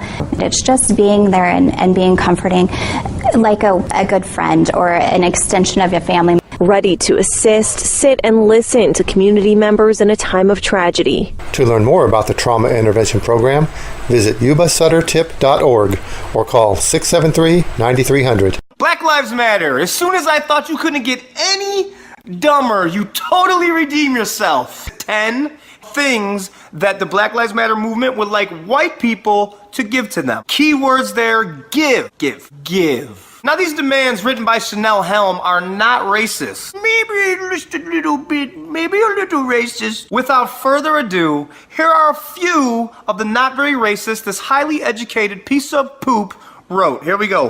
White people, if you don't have any descendants, will your property to a black or brown family. How about no? White people, rebudget your monthly so you can donate to black funds for land purchasing. How about you get a job and buy your own shit? This is a good one. Check this out. Call the police on those sheetless Klan Nazis and other lil dick white men. Get they ass fired. Now, okay, there's so many grammatical errors in that sentence. First of all, lil dick. How about little? And get they ass fired? How about get their ass fired? Is that how you do it? Why you gotta bring up penis size? What the hell is going on here? Listen up. This man said it best. Do you think that race plays a part in wealth distribution, or either a mindset that you can't or cannot? Yeah. No. You and I, we're proof. Why would race have anything to do with it? Put your mind to what you want to do and go for that. That's right. You can't argue with Morgan Freeman, the narrator of life. That man played God. A black man played God. Can you imagine it? I can, because slavery ended over 100 years ago. Let me see if I got this right. White people that never owned slaves need to give black people that never were slaves all of their stuff. Are you telling me that you are incapable of achieving your own economic growth, so you need us to give it to you? If you can say that, then you can have all my shit. This has nothing to do with black people. BLM, you know what that stands for? Being lazy matters. Here's what I will give you. I'll give you a pair of shoes and a pen. So in case you don't have a car, you can walk your happy ass to every single job location and fill out an application, get yourself a job, and get your own shit. It's an awesome feeling to work for someone. All right. Well, we're talking about a lot of people that have said that. Take this job and shove it. And you can say that in a lot of ways. You don't have to actually say it with your mouth. You can just say it with your actions and your lifestyle. But before I get back into this, Sutter County going to be taking your tax dollars and my tax dollars when I'm over there spending money and giving it away, giving more money away to people that won't participate in society. Before I do that, I want to just mention that tomorrow morning, if you're in Marysville or Yuba City or in Oliver, Linda, wherever, if you're around nearby and you want to go to an open house at a fire department, maybe you'd like to do an outing with your kids, and maybe you think that'd be cool to get up close and climb up on the engine. You could take your kids over to the Marysville Fire Department. It's right there off the corner of 9th and E up against the 9th and B in Marysville, up against the railroad tracks. And there is starting about 9 to noon. There is a pancake breakfast and free breakfast, I believe, and they're going to do a tour of the firehouse so your kids can check out the fire engine. I'm sure they'll have all kinds of fun stuff for kids and handouts. So if you want to do that, go there. And the reason I bring that up is the group that I direct, Trauma Intervention Program. We go out on 911 calls with fire, police, Bi-County ambulance, and at the hospital to help all those affected when something bad happens to somebody. And so we're going to be there with a table, and if you're interested in tip, you can check out more information about us. Also, we're doing a fundraiser this September and October, raising money to fund trauma intervention, which is not government funded, and it's all volunteer, but it takes us money to operate. Because we go out on these 911 calls, we do training, we provide a lot of resources to clients. So you can find out more about TIP there. They'll probably have tickets there at the Marysville Fire Department for a gun raffle, a handgun raffle. They are $20 for a packet of tickets.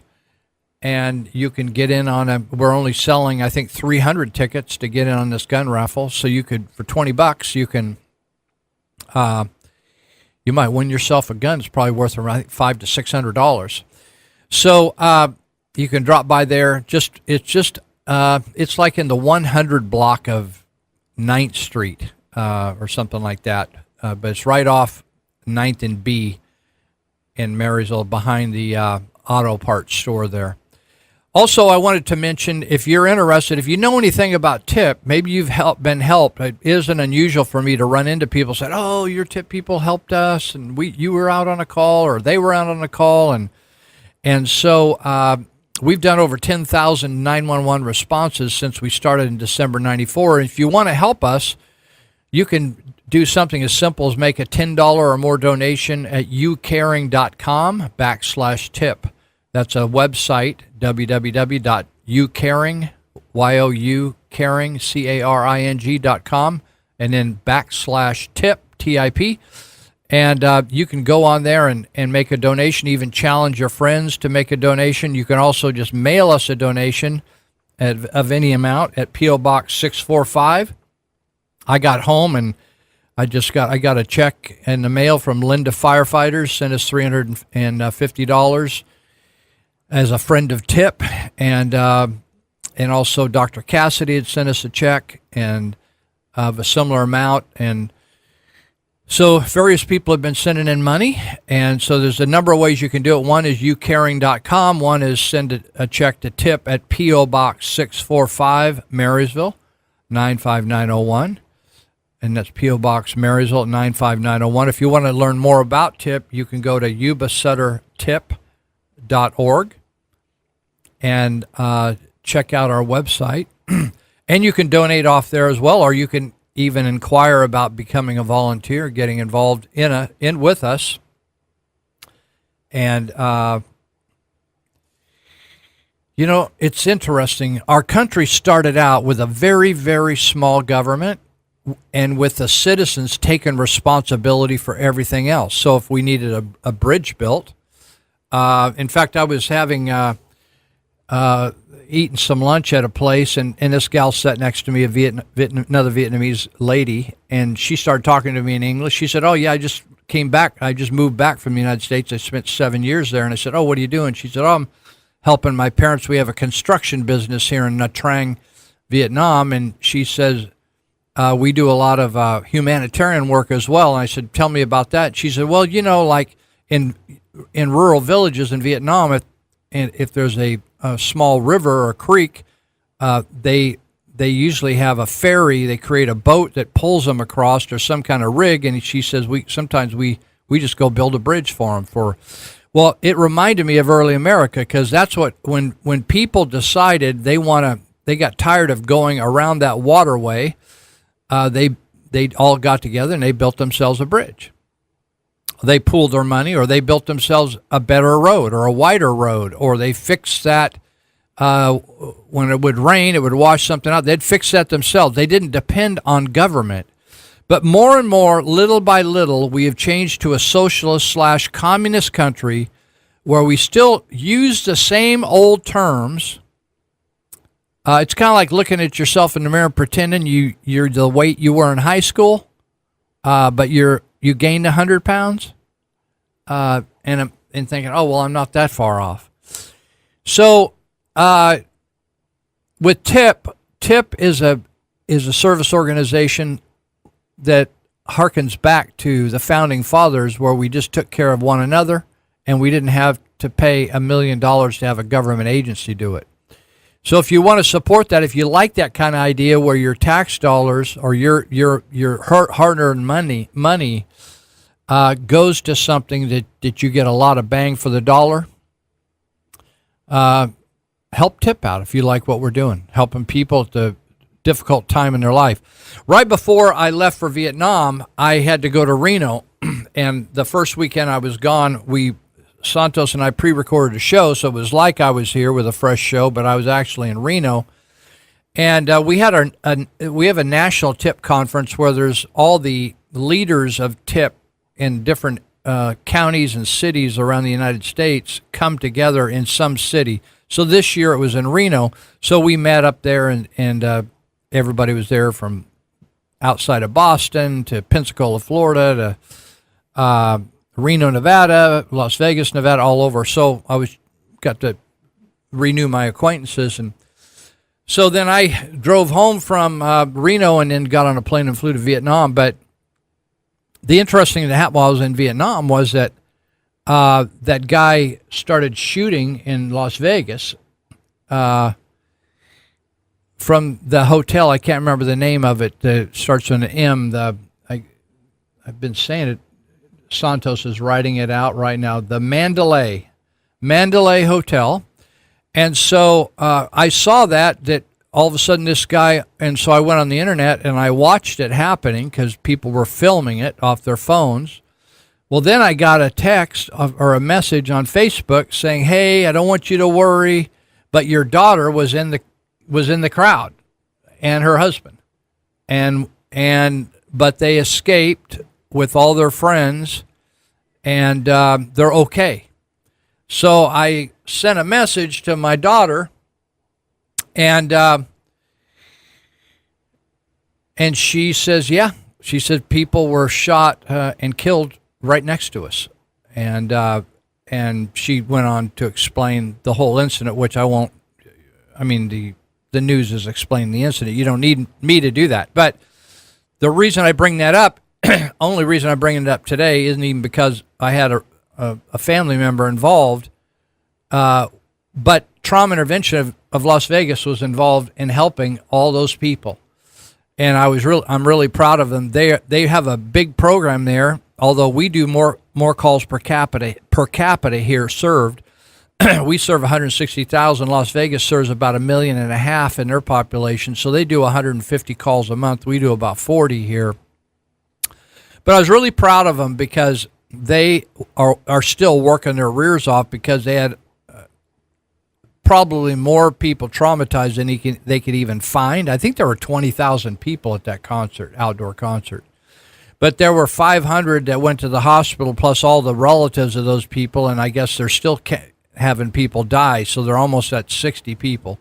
So TIP is a cool thing, and you can check it out at yubasuttertip.org. I think I said .com before, but it's .org. Okay, so I'm coming back. We played the clip from John Stossel about 100 years of communist disaster. The communists wanted to take over the United States. In fact, they nearly took over Southeast Asia, Cambodia, Laos, Vietnam. They did their best to take over Thailand and Indonesia, but they failed in those two countries. And but we're getting communism here because of the sinful nature of politicians or human beings that become politicians. So I'm back to talking about giving more and more money to people who don't want to cooperate and work. They don't want to go out and work to eat. And so what do? And it's interesting that we use different principles in politics many times than we do with our own children. So when I became 17 and I was a senior in high school, they had a sit down with me. We were at dinner and they said, "Hey, we want to talk about you're 17. You're going to be graduating in a few months." And, and they'd already been talking about you go to college, do this, do that. Have you ever thought about college? Nobody in our family has gone to college. If we'll help you. And they kind of had a discussion of, okay, we're transitioning from us covering all your costs and making all the decisions for you to you covering your own costs and making decisions for yourself. And they were transitioning, so they taught me how to balance a checkbook. They taught me how to cook a little bit. They prepared me for adulthood, right? And so I moved out when I was 18, almost 19, for a lot of wrong reasons, but they gave me some options. I won't go into those details because it isn't pertinent to what I want to talk about now. But anyway, I moved out, and when I moved out, I never returned home. I was welcome home to come and visit. And maybe if something happened to me bad, like I got a disease or I got hit by a truck, they might nurse me back to health because they're family. But they had ended their support of me financially, particularly when I dropped out of college. That ended it completely. They helped me out. I worked and supported myself, and they helped a little bit. I carried the bulk of the weight myself. But when I went and did the stupid stuff in life, they did not support me.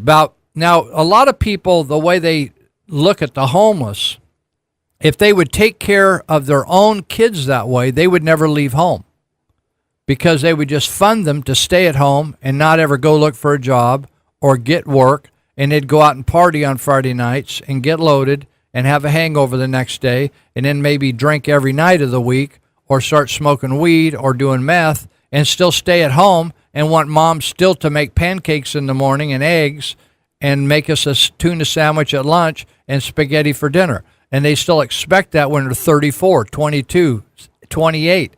Or then maybe they steal all mom. I have a number of people in my life that are friends of mine now that used to steal from their parents because they were meth addicts. That's what you have going on here with these homeless folks. And now we have government officials who would not wouldn't tolerate this in their own household. But they're fine giving your money away. They're not fine giving their own money away. They want to give your money away because when it's in that bank account called the Sutter County, it's almost like it dropped out of heaven like manna, and they can just spend it however they want without any consequence or accountability. That's why the Sutter Butte Flood Control Agency can feel the freedom, because they're socialist, to have they don't want any public oversight because they don't give a damn about you, right? And they could not care less about you. In fact, you're a nuisance and a pain in the ass to them. That's the bottom line. They won't ever admit that, and they'll make a big thing about me saying that, but it's just the truth. They don't like the truth. Government does not operate on transparency and truth. They do business behind closed doors or in restaurants or over the cell phone, and then they come into public and make a decision like they're discussing it for the first time they ever thought about it. It's all a lie. It's a charade. It's a kabuki dance. And so now, and even the law enforcement leaders in Sutter County said, we can't arrest ourselves out of this problem. I thought, what the hell does that mean? You can't arrest yourself out of what problem? Like, when have we ever solved, has thievery ever stopped? Has lying ever stopped? Has adultery ever stopped? Has rape ever stopped? Has child molestation? Have we ever won the war on that? Have we ever won the war on car burglaries, carjackings, car thefts? Have we ever won the war on home invasions, robberies, burglaries? No, we keep arresting people, and they keep committing more crimes. So why don't we say about all these things, well, we can't arrest ourselves out of it, so let's just all, instead of being cops, let's all cut hair for a living. It's what they call in debates a straw man argument. It makes absolutely no sense. Or another way to say it, it's nonsense. There's no sense in it. When you have no rules in a society, you have anarchy, because people are sinful in their hearts. That's what I'm not like doing a biblical teaching here. This is what the founding fathers believed, whether they followed Jesus or they were just God-fearers and believed that, you know something, the founding fathers, however you want to look at them, had the good sense to look at people's behavior and say, people do funky stuff, right? People having sex with animals. They want to have sex with their wife, and then they want to have their girlfriend in and have a threesome. Is that like ring weird to you? Or they want to have two guys with a gal. You don't even need to read the Bible to sort those things out if you got your head on straight. But the Bible even says there's people who got their head on so screwy that they can't sort out hardly much. They call them reprobates. That's kind of a biblical word.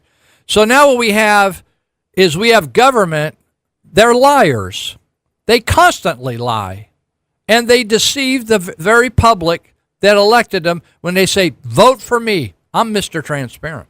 I'm going to shrink the government. I'm going to vote against these screwy pensions. I'm going to do this.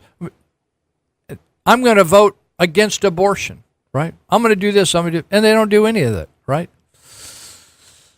So Chuck Smith sent me this update, and so you need to know it if you're Sutter County. And so they now, after the sheriff has says, we can't arrest ourselves out of it. Now and they said, we got to let them. They said some federal judge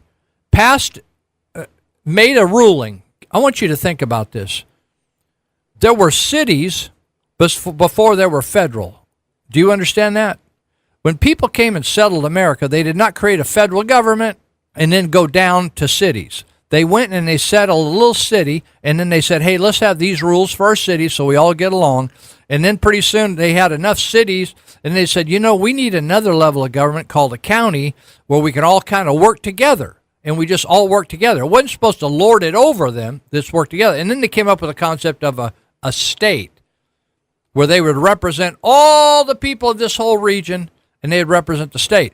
And then they said, hey, we need, maybe if we all united the states, we would have more power if we had a foreign invader like Muslims coming in, or another nation that wants to take us over and defeat us. Then we'd have power, we could work together. But the federal government was never designed to tell us what to do, every jot and tittle that we're involved in. And so the Sutter County people say, a federal judge somewhere said in California that you cannot tell a person that does not have a home that they cannot just pick anywhere they want to choose to live in life unless you provide an alternative location for them to stay. You know what I'd say if I was on the board of supervisors? Go to hell, federal judge, because you don't rule over our county. Our county is sovereign, and we do not have to follow the rules of a federal judge telling us where people can live. They just make up, that's not in the Constitution. Find me that in the Constitution. They just can't make up, I think because they went to law school. I don't care whether you went to law school or not. I don't care whether you're screwing your wife or the next door neighbor or a horse. I don't care what you're doing. You can't tell the county what the rules are of our county. And if there's private property, we have rights. I don't have to let somebody live on my property. And when we have public property that is mutually owned, it's not owned by the Board of Supervisors of Sutter County or Scott Mitnick. It's owned by the taxpayers of the county. And anybody can't just go down there and do whatever they want. We have law enforcement to enforce the rules. So now they're now creating an ordinance to say, y'all can't do that. I thought, why didn't we have that? Did we have ordinance that you can't camp down there already? And so now they're having a new ordinance, right? But in order to pull that new ordinance off, they're wanting to take your tax dollars. It's just so incredibly wrong.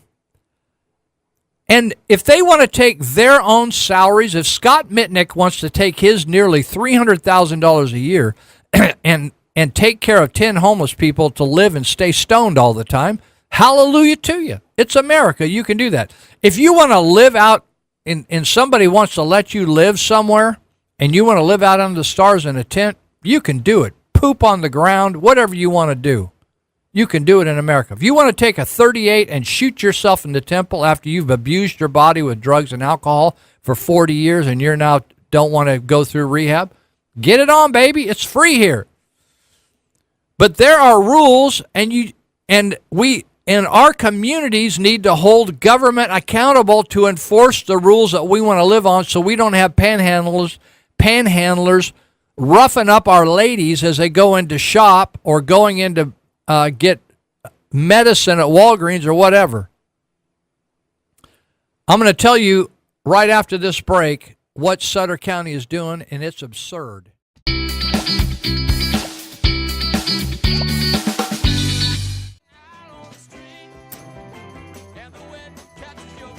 I guess we're into our last hour, aren't we? All right. So I want to dial you Sutter County folks in on the meetings. There's a supervisors meeting on October 10th. That's this coming week, this coming Tuesday. And then there's a supervisors meeting on the 24th, and they are going to be discussing this homeless issue on both of them. Now, so if you're interested and you want to see anything happen differently, you better go. So on the 10th, they're going to have the second reading of the no camping ordinance. And it has to do with dialing in the rules. There's an official park in Live Oak that's right up against the river at the end of Pennington Road where it runs into the river. So they're dialing in that the revised ordinance declaring camping outside of the designated campgrounds to be a public nuisance. And it establishes fines graduating in amount for each violation, and ultimately it ends in arrest on misdemeanor charge for repeated violations. So it isn't a harsh penalty, but they're saying, hey, this is the way we want you to behave, and you can't just camp wherever you want, sleep wherever you want. So they're cleaning up their language and maybe in preparation for some enforcement. So they're going to deal with that on the October 10th meeting. That's this coming meeting this week. Then on the October 24th meeting, the staff of the county staff members will present a 2-year plan that will have these elements. This ought to get your attention. They're going to fund an emergency shelter, 17 large tents on cement slabs. This is like an army camp. 17 large tents on cement slabs with 24/7 security. I want you to think of the costs here, folks. 24/7 security. Sanitary facilities to be used until an enclosed structure, in other words, a building, can be constructed nearby.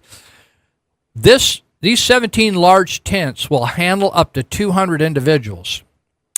Startup costs will include lighting, 4 acres of base rock, a concrete slab, environmental studies, and potential mitigation measures, and a portable office modular building going to cost $250,000. The tent shelter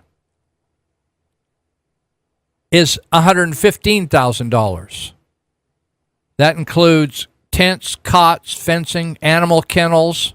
In other words, you can bring your animals, on-site storage of personal belongings, and another $285,000 in operating costs that will include sleeping bags, toiletries, meals, services provided by Hands of Hope, nonprofit, and private security. So it seems to me you can add these figures together.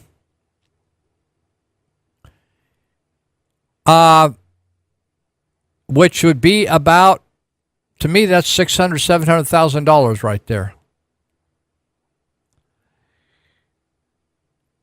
$250,000, $115,000, $285,000. Okay? Now, you got that in mind? I want you to hold that thought. That's about $700,000 right there. Now, second, an application to the state and federal governments for permission to use up to $720,000 in community development block grant funds. Not for what I just said. This is something new. For the construction of the enclosed structure for the long-term emergency shelter. Long-term is not 2 years. This is forever and ever, amen. That's for longer than I'm going to be living. And this structure will handle forever up to 60 people. If the plan is approved, the tents would be installed and used only until such time as the enclosed structure is completed. A year, 18 months. In other words, the way he writes it, it's a guess, approximation. We don't know. So in other words, you're spending over $700,000 to provide immediate resolve to the homeless problem that came out of nowhere. Where did it come from? Did they fall out of heaven? How did they get here? They got here because government has been funding addicts for years and funding people not to work for years. And like Walter Williams, the famous economist from George Mason University, said, in government, if you want more of something, you subsidize it or you fund it. If you want less, you tax it. So we're not taxing a homeless, we're funding them.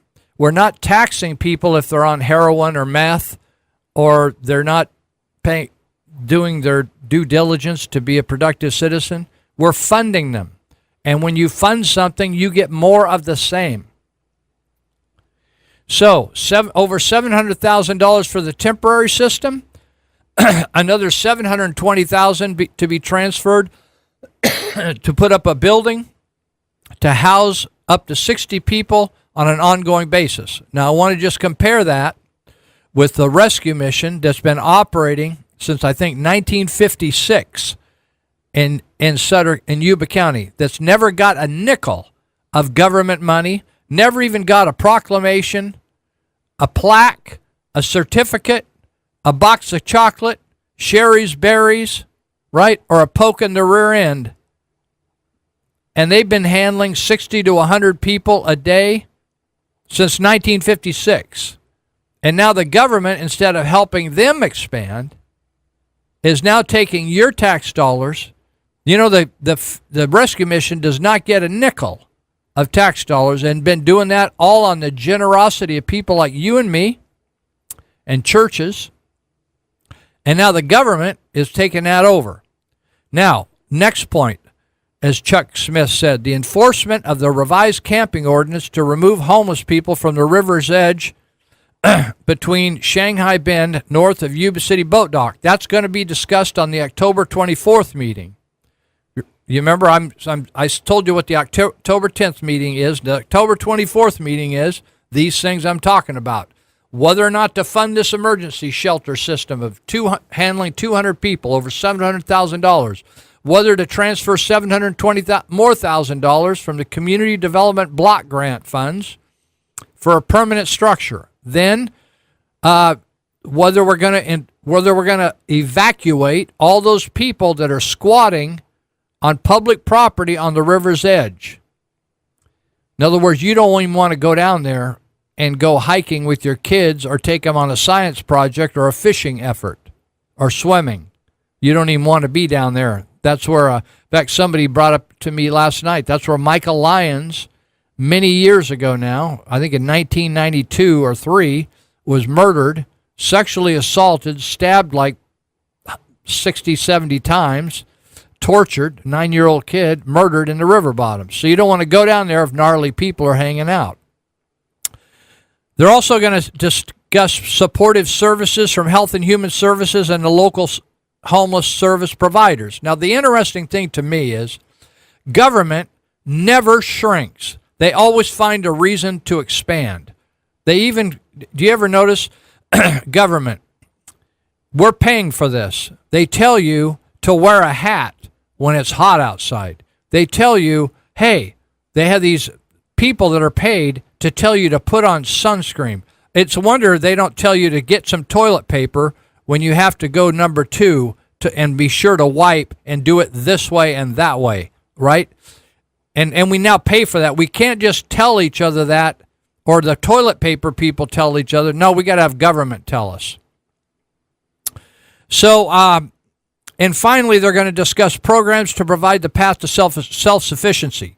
Now, the Health and Human Services, we have, for as long as I know, from the time I was born and before, and that's nearly 100 years, there has been a Health and Human Services. What in the world have they been doing all these years about these homeless? If that's their responsibility, are you saying that they weren't responsible for that segment of society, the most high risk, screwed up, fouled up, kicked to the curb, weirdo, addicted, mentally ill? That group is not in their wheelhouse to address. They haven't been going out. Have they been sitting in those air conditioning offices in Sutter County thinking about them, praying about them, writing articles about them, having PowerPoints about them, reading books about them, but they never went over there to talk to them?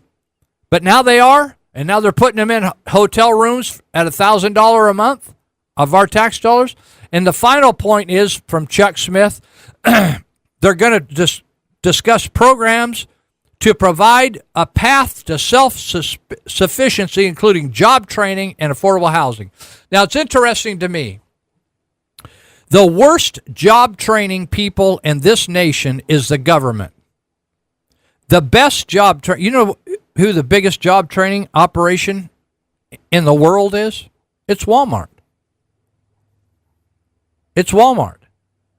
No, there is no job training to match the job training of your local businesses. Why?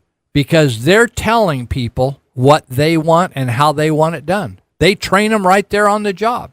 When you see a McDonald's and those young people and sometimes middle-aged people working there, they're training, those McDonald's fast food places and the minimum wage places of this country are the big job trainers. We don't need government. Why is government job training? They don't know how to, government doesn't know the first thing about running a private business. Why would they ever job train? You know, it's kind of like you want to do surgery on me and you just read a book on it. And you're no doctor, you've not done any practicing, you haven't done an internship, you read a book on surgery and you want to take my appendix out. That's what these people, job trainers, do in the government. They don't know jack about it. And they're going to do job training and affordable housing. So all they're doing is creating a bigger and bigger welfare state. What is affordable housing? That means housing that should be costing $800 a month, they're going to charge them $50 a month. Section 8 type housing. I have friends that I've known since they were teenagers that have been getting a $900 house for pittance. And those people are healthier than I am. And the only reason they're still on it was because now they don't think they can get off it. They don't think they can go out and find a job, even though most in society are paying for their own housing. But people that get on Section 8 housing or on welfare or on aid or stamps, they said, I don't think I can survive if I give up my food stamps. I don't think I can make it without food stamps. You think you aren't, you know, the worst problem in the United States is not heroin, is not methamphetamines, is not alcohol. It's the government. The government does more to screw up people's heads than any narcotic or alcohol ever did. When you screw with a person's survival mechanism, the same way you screw with a bear's survival mechanism by giving them a bologna sandwich instead of them foraging for their own food, and then you wonder why a bear tears apart a camp and chews up a human being and turns over stuff looking for human food. When you screw up a person's psyche and their self-worth and their sense of accomplishment and pride and taking care of their own, and pretty soon you become the supplier of that, you get a Puerto Rico or a Venezuela. That's what you get. Have you noticed in Puerto Rico, blaming the U.S. government? How dare they? What have we come to as a population? You know what's interesting? In 1952, my dad had a butcher shop in the largest supermarket in the area. He and a partner. And one night, it burned to the ground. It was located right where Rideout Hospital is right today. It was called Witt's Supermarket, biggest supermarket in the community. Burnt to the ground. Do you think there was any aid for that? No. My dad just started over. That was in 1951 or 52. 4 years later, my father had reestablished a butcher shop in Yuba City on Clark Avenue. It's now called Warren's Market. It was in the back of Warren's Market. And in 1955, Yuba City flooded, and he lost his entire business again. In 4 years, he lost everything in business twice. You know what he did? He started another business.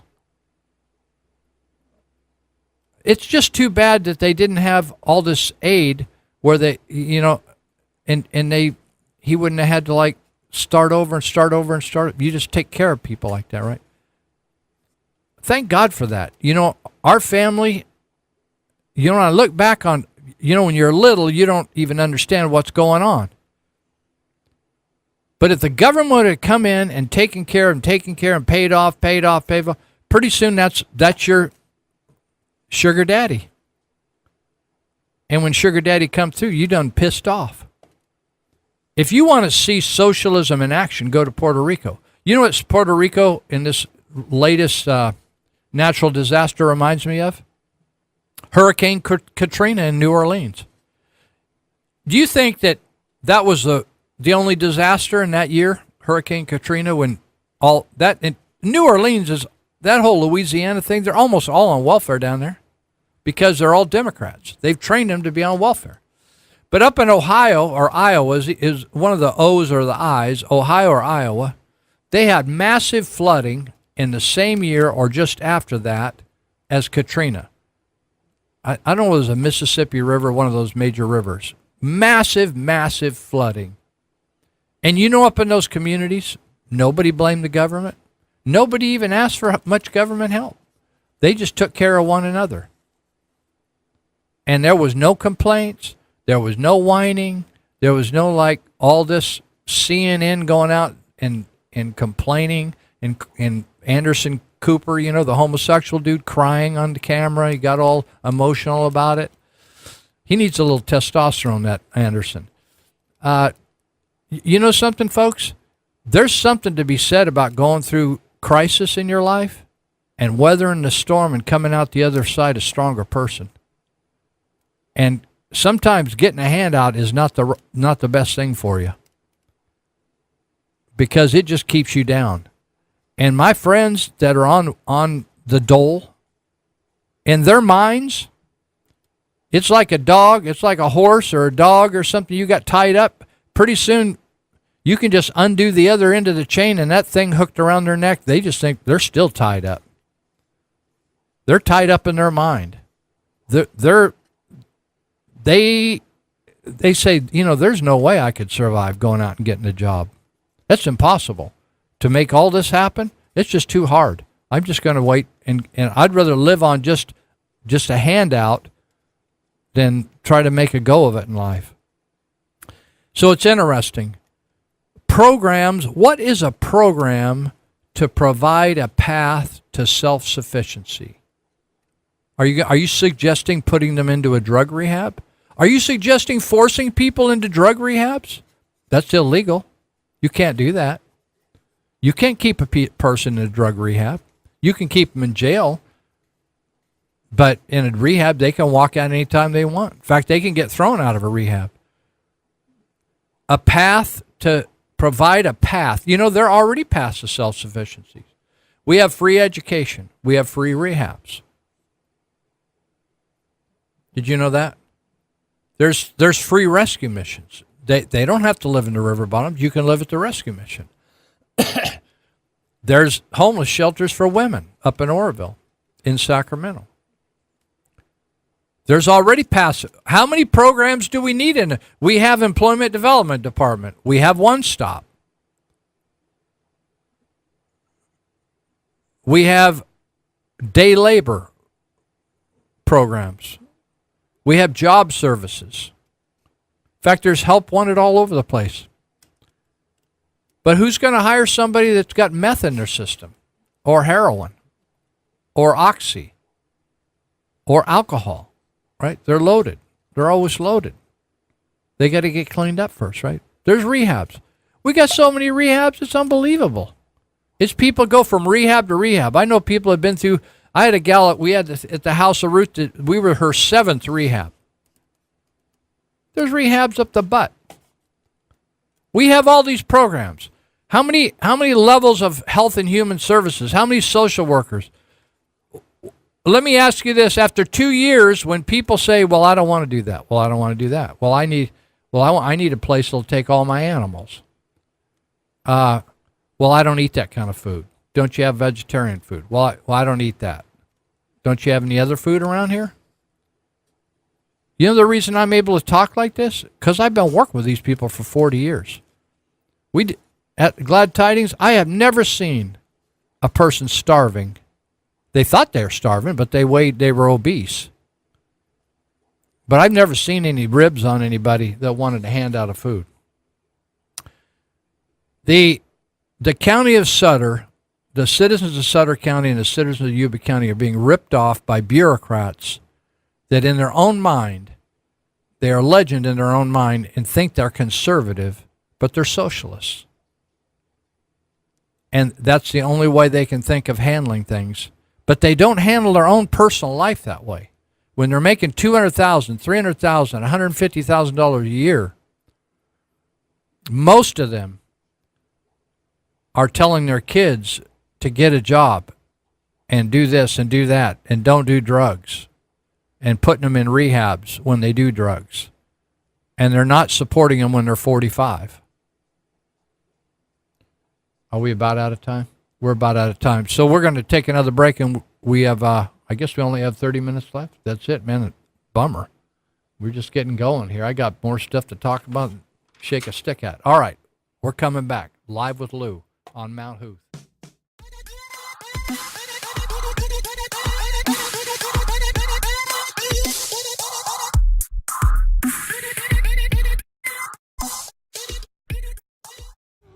Check out the Territorial Dispatch. Papers are weekly and can be obtained free at distribution or by mail through subscription. It's the only locally owned and operated newspaper in the region. The paper is the rest of the story. And also check out the E-Territorial. It's an online version of the Territorial Dispatch which features local news and events for the Yuba, Sutter, Colusa, and Nevada County areas. You'll also find daily and breaking news updates, current traffic, and weather information, along with a calendar of local events. Visit the E-Territorial at eterritorial.com.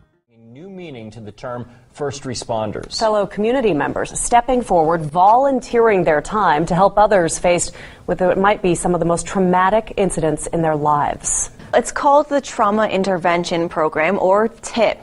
It's been used in communities across the United States for years, and its volunteers have been dispatched to provide what they call emotional first aid. A collaboration between police, paramedics, fire departments, and even hospital staff is making sure residents are emotionally taken care of in a time of crisis. Residents are volunteering their time with the Trauma Intervention Program, or TIP, dispatched to the scene of a fire, accident, or death to focus on the emotional needs of those left behind. It's just being there and being comforting, like a good friend or an extension of your family. Ready to assist, sit, and listen to community members in a time of tragedy. To learn more about the Trauma Intervention Program, visit yubasuttertip.org or call 673-9300. Hello, I'm Kelsey, a student at Hillsdale College. Here is Dr. Larry Arnn on how America's founders understood the words, all men are created equal. America's founders knew, obviously, that human beings are not equal in terms of strength or beauty, or in terms of intelligence, industry, or talents. They understood that because of such differences in talents and things like that, some people would be wealthier than others. But human beings are equal, the founders believe, in their possession of natural rights, such as the rights to life, liberty, and property. Today, many Americans reject this equality of rights in order to pursue equality of condition through redistribution, or spreading the wealth around, to use a famous formulation. This is destructive of liberty as the founders understood it. This Constitution Minute was brought to you by Hillsdale College. To join the national conversation on the Constitution, go to constitutionminute.org. We're going to try to land the plane. We've got about 10 hours of stuff to talk about today, but the party's going to be over here in 30 minutes, and I think they got some sports talk coming in. Have you ever seen anything like it in all the world, in all your days, if you've lived very long? This NFL thing is so amazing. I understand that one of my favorite teams, the Oakland Raiders, actually they allowed their quarterback to get stomped in the game. Did you hear this? Yeah. Derek Carr, he doesn't need to be a Christian, but he happens to be a Christian. White guy. One of the, he's got a black line in front of him, and a white guy, and he stood up for the national anthem. So the boys said, well, you can't hang with us on the national anthem all down on the ground. You'll go down on the ground. And so they allowed him to be knocked down a couple times, and then I guess he got injured. Now he's out. He's totally out. That should just KO their year. Those idiots. It shows. You can read my article. Big time wrestling in the NFL in the Territorial Dispatch. You can see it today at territorialdispatch.biz. And did you know? It's amazing. Like the NFL said, we have rights, and we're a private enterprise. Oh, really? Do you know that you, as a taxpayer, contribute millions of dollars to the NFL? Did you know that? Millions of dollars to the NFL. So Michelle Malkin wrote an article, and she used to have a blog called Pork Watch, started in 1999. And she says since then, taxpayers at all levels of government have foot the bill for football stadiums to the tune of an estimated $1 billion, not total, every year. I want you to think about that. You think, oh, well, it brings... I remember John Dukes. He was trying to save the Kings. He was a city councilman. He's going to save the Kings. We need to all get together and give money. I said, what? Give money towards billionaires paying millionaires? And they say, oh, yeah, well, if the Kings are here, they're going to create all kinds of peripheral, business. They don't. There's all kinds of economists, a lot sharper than your average supervisor or city councilman. So over the past decade, new tax-supported NFL stadiums, Indianapolis Colts, $720 million. Dallas Cowboys, $1.15 million. New York Jets and Giants, $1.6 billion. $1.1 billion for the Minnesota Vikings. Atlanta Falcons, $1.5 billion. And then Levi Stadium, $1.3 billion. They say, oh, well, Jed York, he paid for that all himself. Oh, BS. He didn't either. And nobody even wants to go to the stinking thing anyway. Next, we have a Chargers-Rams Stadium at $1.9 billion for $2.6 billion for Chargers-Rams and $1.9 billion for the Raiders when they move to Las Vegas. And when the Raiders move, they're going to leave an $83 million taxpayer debt on the renovations that were made 20 years ago to Alameda County Stadium. I want you to just think about that. And now they're already talking about building a new stadium, I think, for the A's. I don't want to spend a lot more time on that. It's just this NFL has been sucking on the taxpayers for years. They're a total rip-off operation. I don't care whether you like football or not. I like sports, but I'm done supporting gangsters, rapists, thugs, DUI professionals, guys that are all tatted up and just like, come on, man, they're thugs. These people are unbelievable. And you play them, they're performers, right? They're like actors. So anyway, enough said. We're running out of time. I wanted to talk about a couple other things. I had a whole deal on, I'll save it for next week because it isn't dated, on this whole thing, the whole premise of Colin Kaepernick about how blacks are being abused by the police is a total fallacy, myth, lie. Either he's stupid, ignorant, or he's just a pawn of George Soros. Oh, by the way, George Soros is behind some of these issues that we're talking about with the NFL and trying to, basically, if you look at any sports station, they're no longer sports stations, by the way. They're left-wing operations. All right. Did you see where Roy Moore beat Luther Strange? And he got outspent. Let me just see here. This reminds me of the Barbara LeVake supervisor's race. Luther Strange, for every vote person that voted for him, it cost Luther Strange, he was trying to replace Jeff Sessions. He paid $137 That's how much was invested in his campaign per yes vote.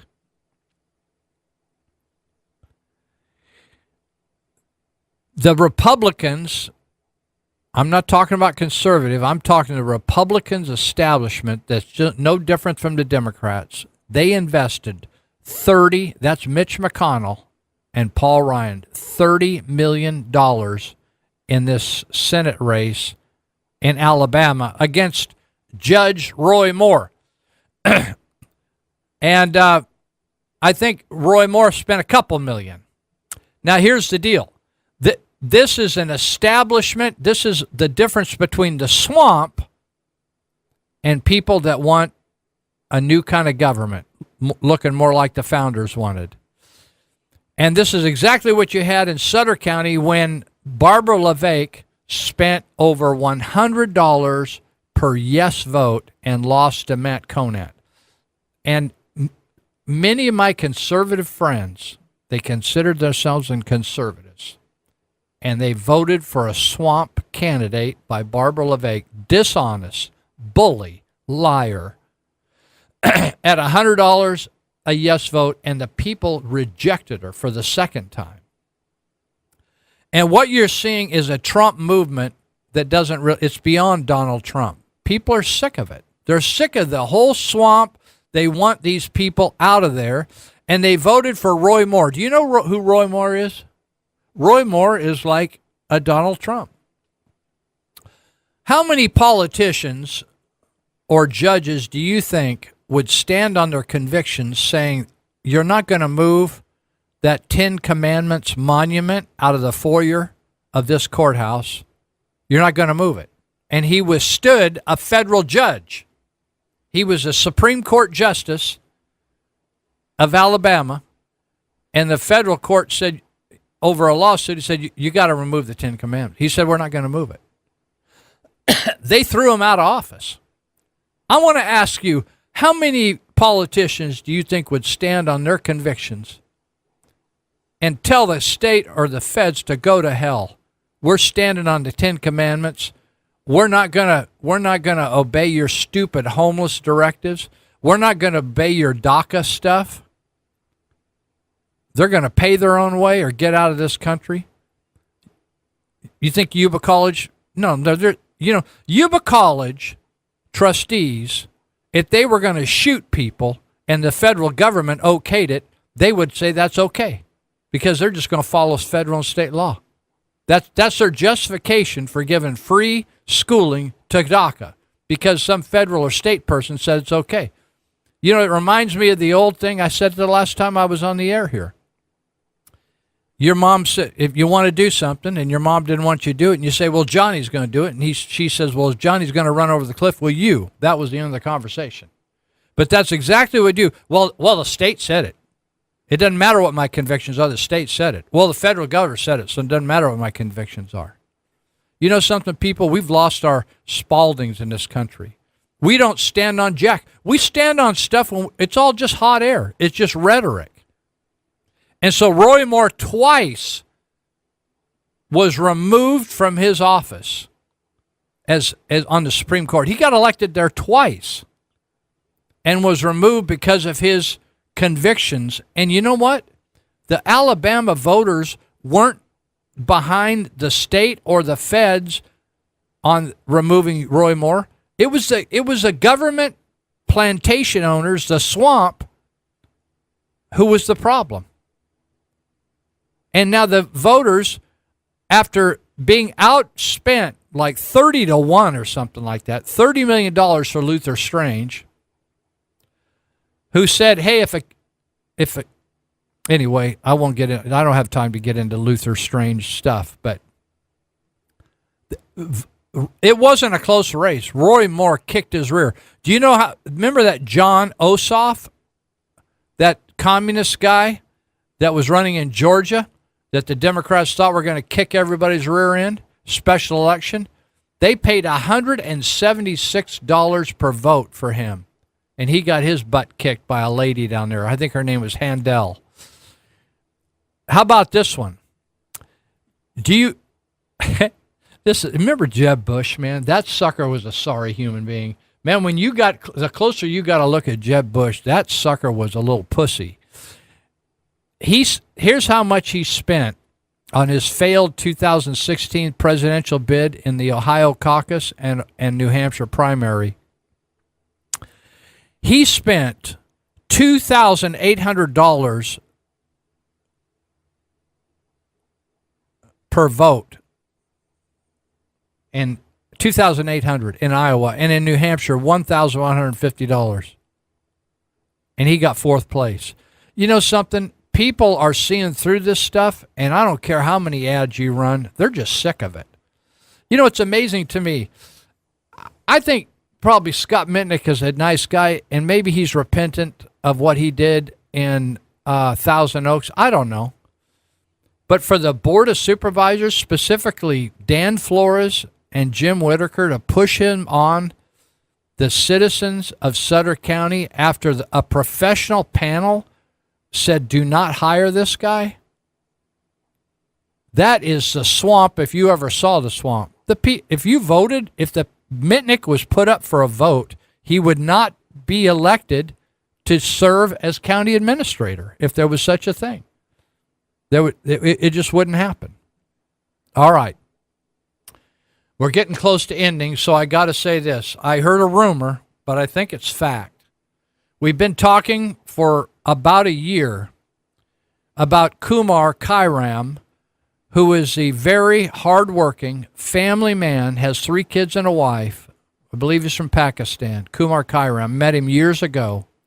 He worked his way up the hard way, came here legally, did everything proper, did not ask for handouts, worked his rear off. I helped him get a better job when he was slinging coffee at a 7-Eleven.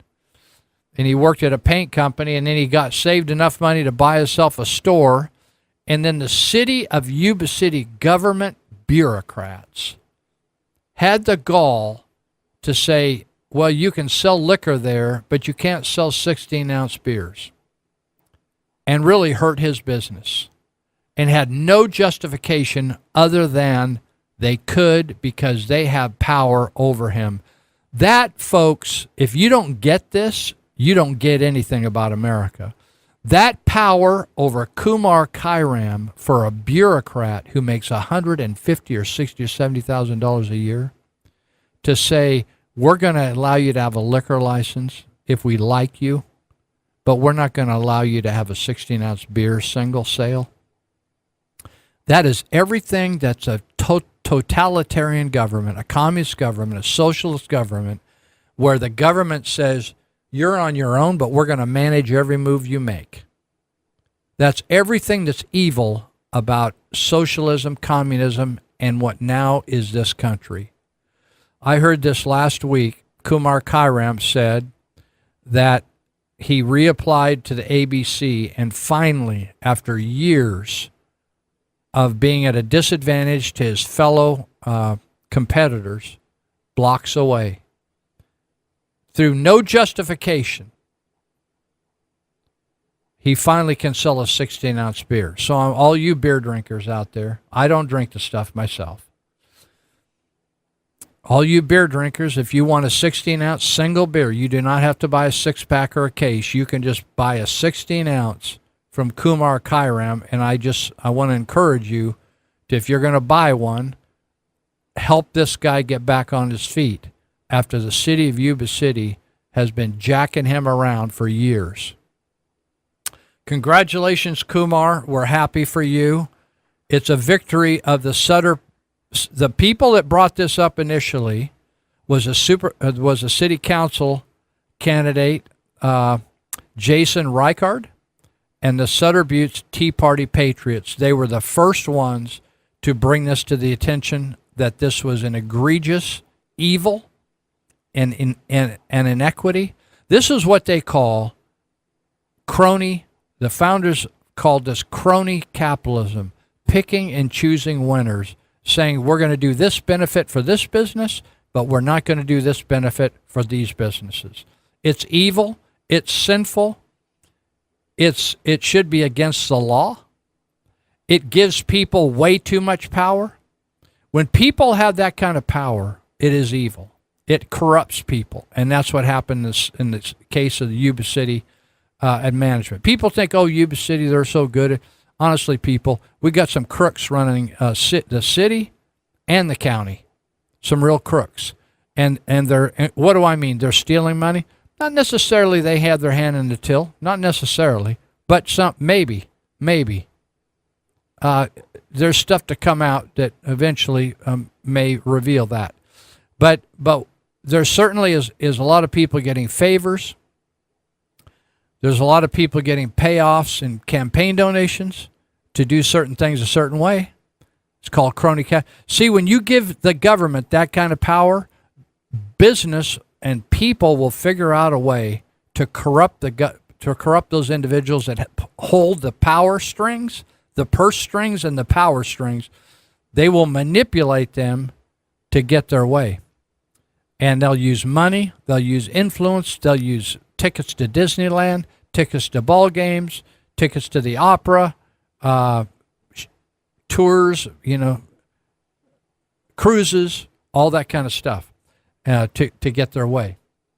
So way to go, Kumar Kairam. He has a Washington Street Market that's off Live Oak Boulevard. It's a little convenience store there. I like it when I go in there. His wife's in there. If his kids are off from college, all three of his kids are attending college.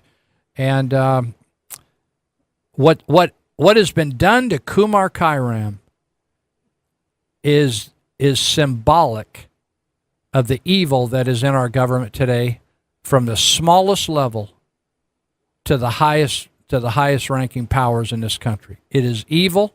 It's evil no matter whether it affects one family or it affects an entire state. It's evil.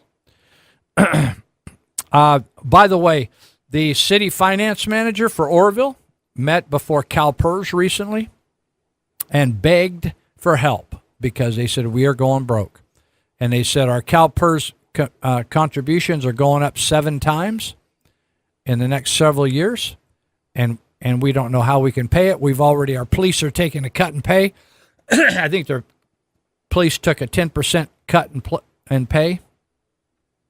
By the way, for you dispensary peoples in the city of Marysville, Sacramento is having a fit on their medical dispensaries. They got a bunch of them down there. And you know what? The same way with the rest of the marijuana stuff. They just ignore the law. It says audit by the Sacramento medical marijuana dispensaries are not following the law, and they're breaking city codes. It says a scathing city audit looking into Sacramento's medical marijuana industry concluded dispensaries may be underreporting revenue and receipts. You know how they're underreporting? Because they can't deposit their money in the bank.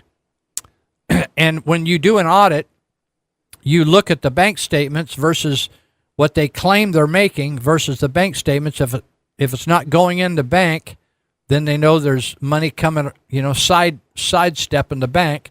But if you're not using a bank, because the feds won't allow the banks to handle the money, so it's a trust relationship. Dispensaries are underreporting revenue and receipts, not paying enough taxes, and are unregulated by the city. Of the 6 dispensaries whose finances were audited, 4 did not provide any information whatever. The dispensary said, we're not going to, we don't have no stinking badges. We don't need no stinking badges. So that they got more than 6 dispensaries. This dispensary just said, screw you. The city auditor asked the dispensaries for information on monthly receipt records, information on the receipt records, financial statements, tax returns, memberships, and vendor lists, and more. And they said, we're not going to do that. So Sacramento auditor Jorge Oseguera led the investigation, said the staff went to dispensaries to keep track of purchases. Based on what they observed, they were able to estimate how much a dispensary should be reporting. In other words, they don't have any tax records. There's no bank statements. In one case, dispensary was more than $100,000 short in taxes owed. Meanwhile, the dispensary called All About Wellness failed to let auditors inside the building. This is unbelievable. You talk about lawless. You talk about, and you think that the Marysville City Police is going to manage these 2 dispensaries here? And already they had a felon on the board of that River City Phoenix, and they said, well, why don't you just go find some other board member instead of a felon and just put him on there, and we'll just smooth it over. And they gave Ricky Scamayoa, the mayor, $10,000, and they just said, and, we'll just forgive that sin. God bless you. Yeah. None of the medical marijuana dispensary owners audited talked to KCRA3 about the audit's results. At Sacramento's Canacare, you hear those Canacare commercials on this show, right? On this place right here, Canacare. You hear them all the time. They play Amazing Grace. A dispensary they weren't even audited, and the gal Lynette Davies said a poor audit can have a ripple effect. Oh, yeah. Said, it's like a guy that doesn't want to go to the doctor because he doesn't want to find anything wrong with him. Like said, I'm healthy as a horse, right? Until you go to the doctor, and then they find. So, Sacramento currently permits 30 medical marijuana dispensaries to operate in city limits. Last year, they paid the city $4.5 million, but maybe they owed them $40 million because nobody can track the money, and they can't even get in the doors to check them out. Hey, I guess we're done for today. So I hope you have a nice Saturday. We need some rain. Otherwise, Cal Water's going to raise my water rates again. God bless you all. And if you want to listen to this sports show, maybe you'll hear how maybe the NFL has repented and all standing and being respectful of our military. I'm done with the NFL. Hallelujah to you. See you later.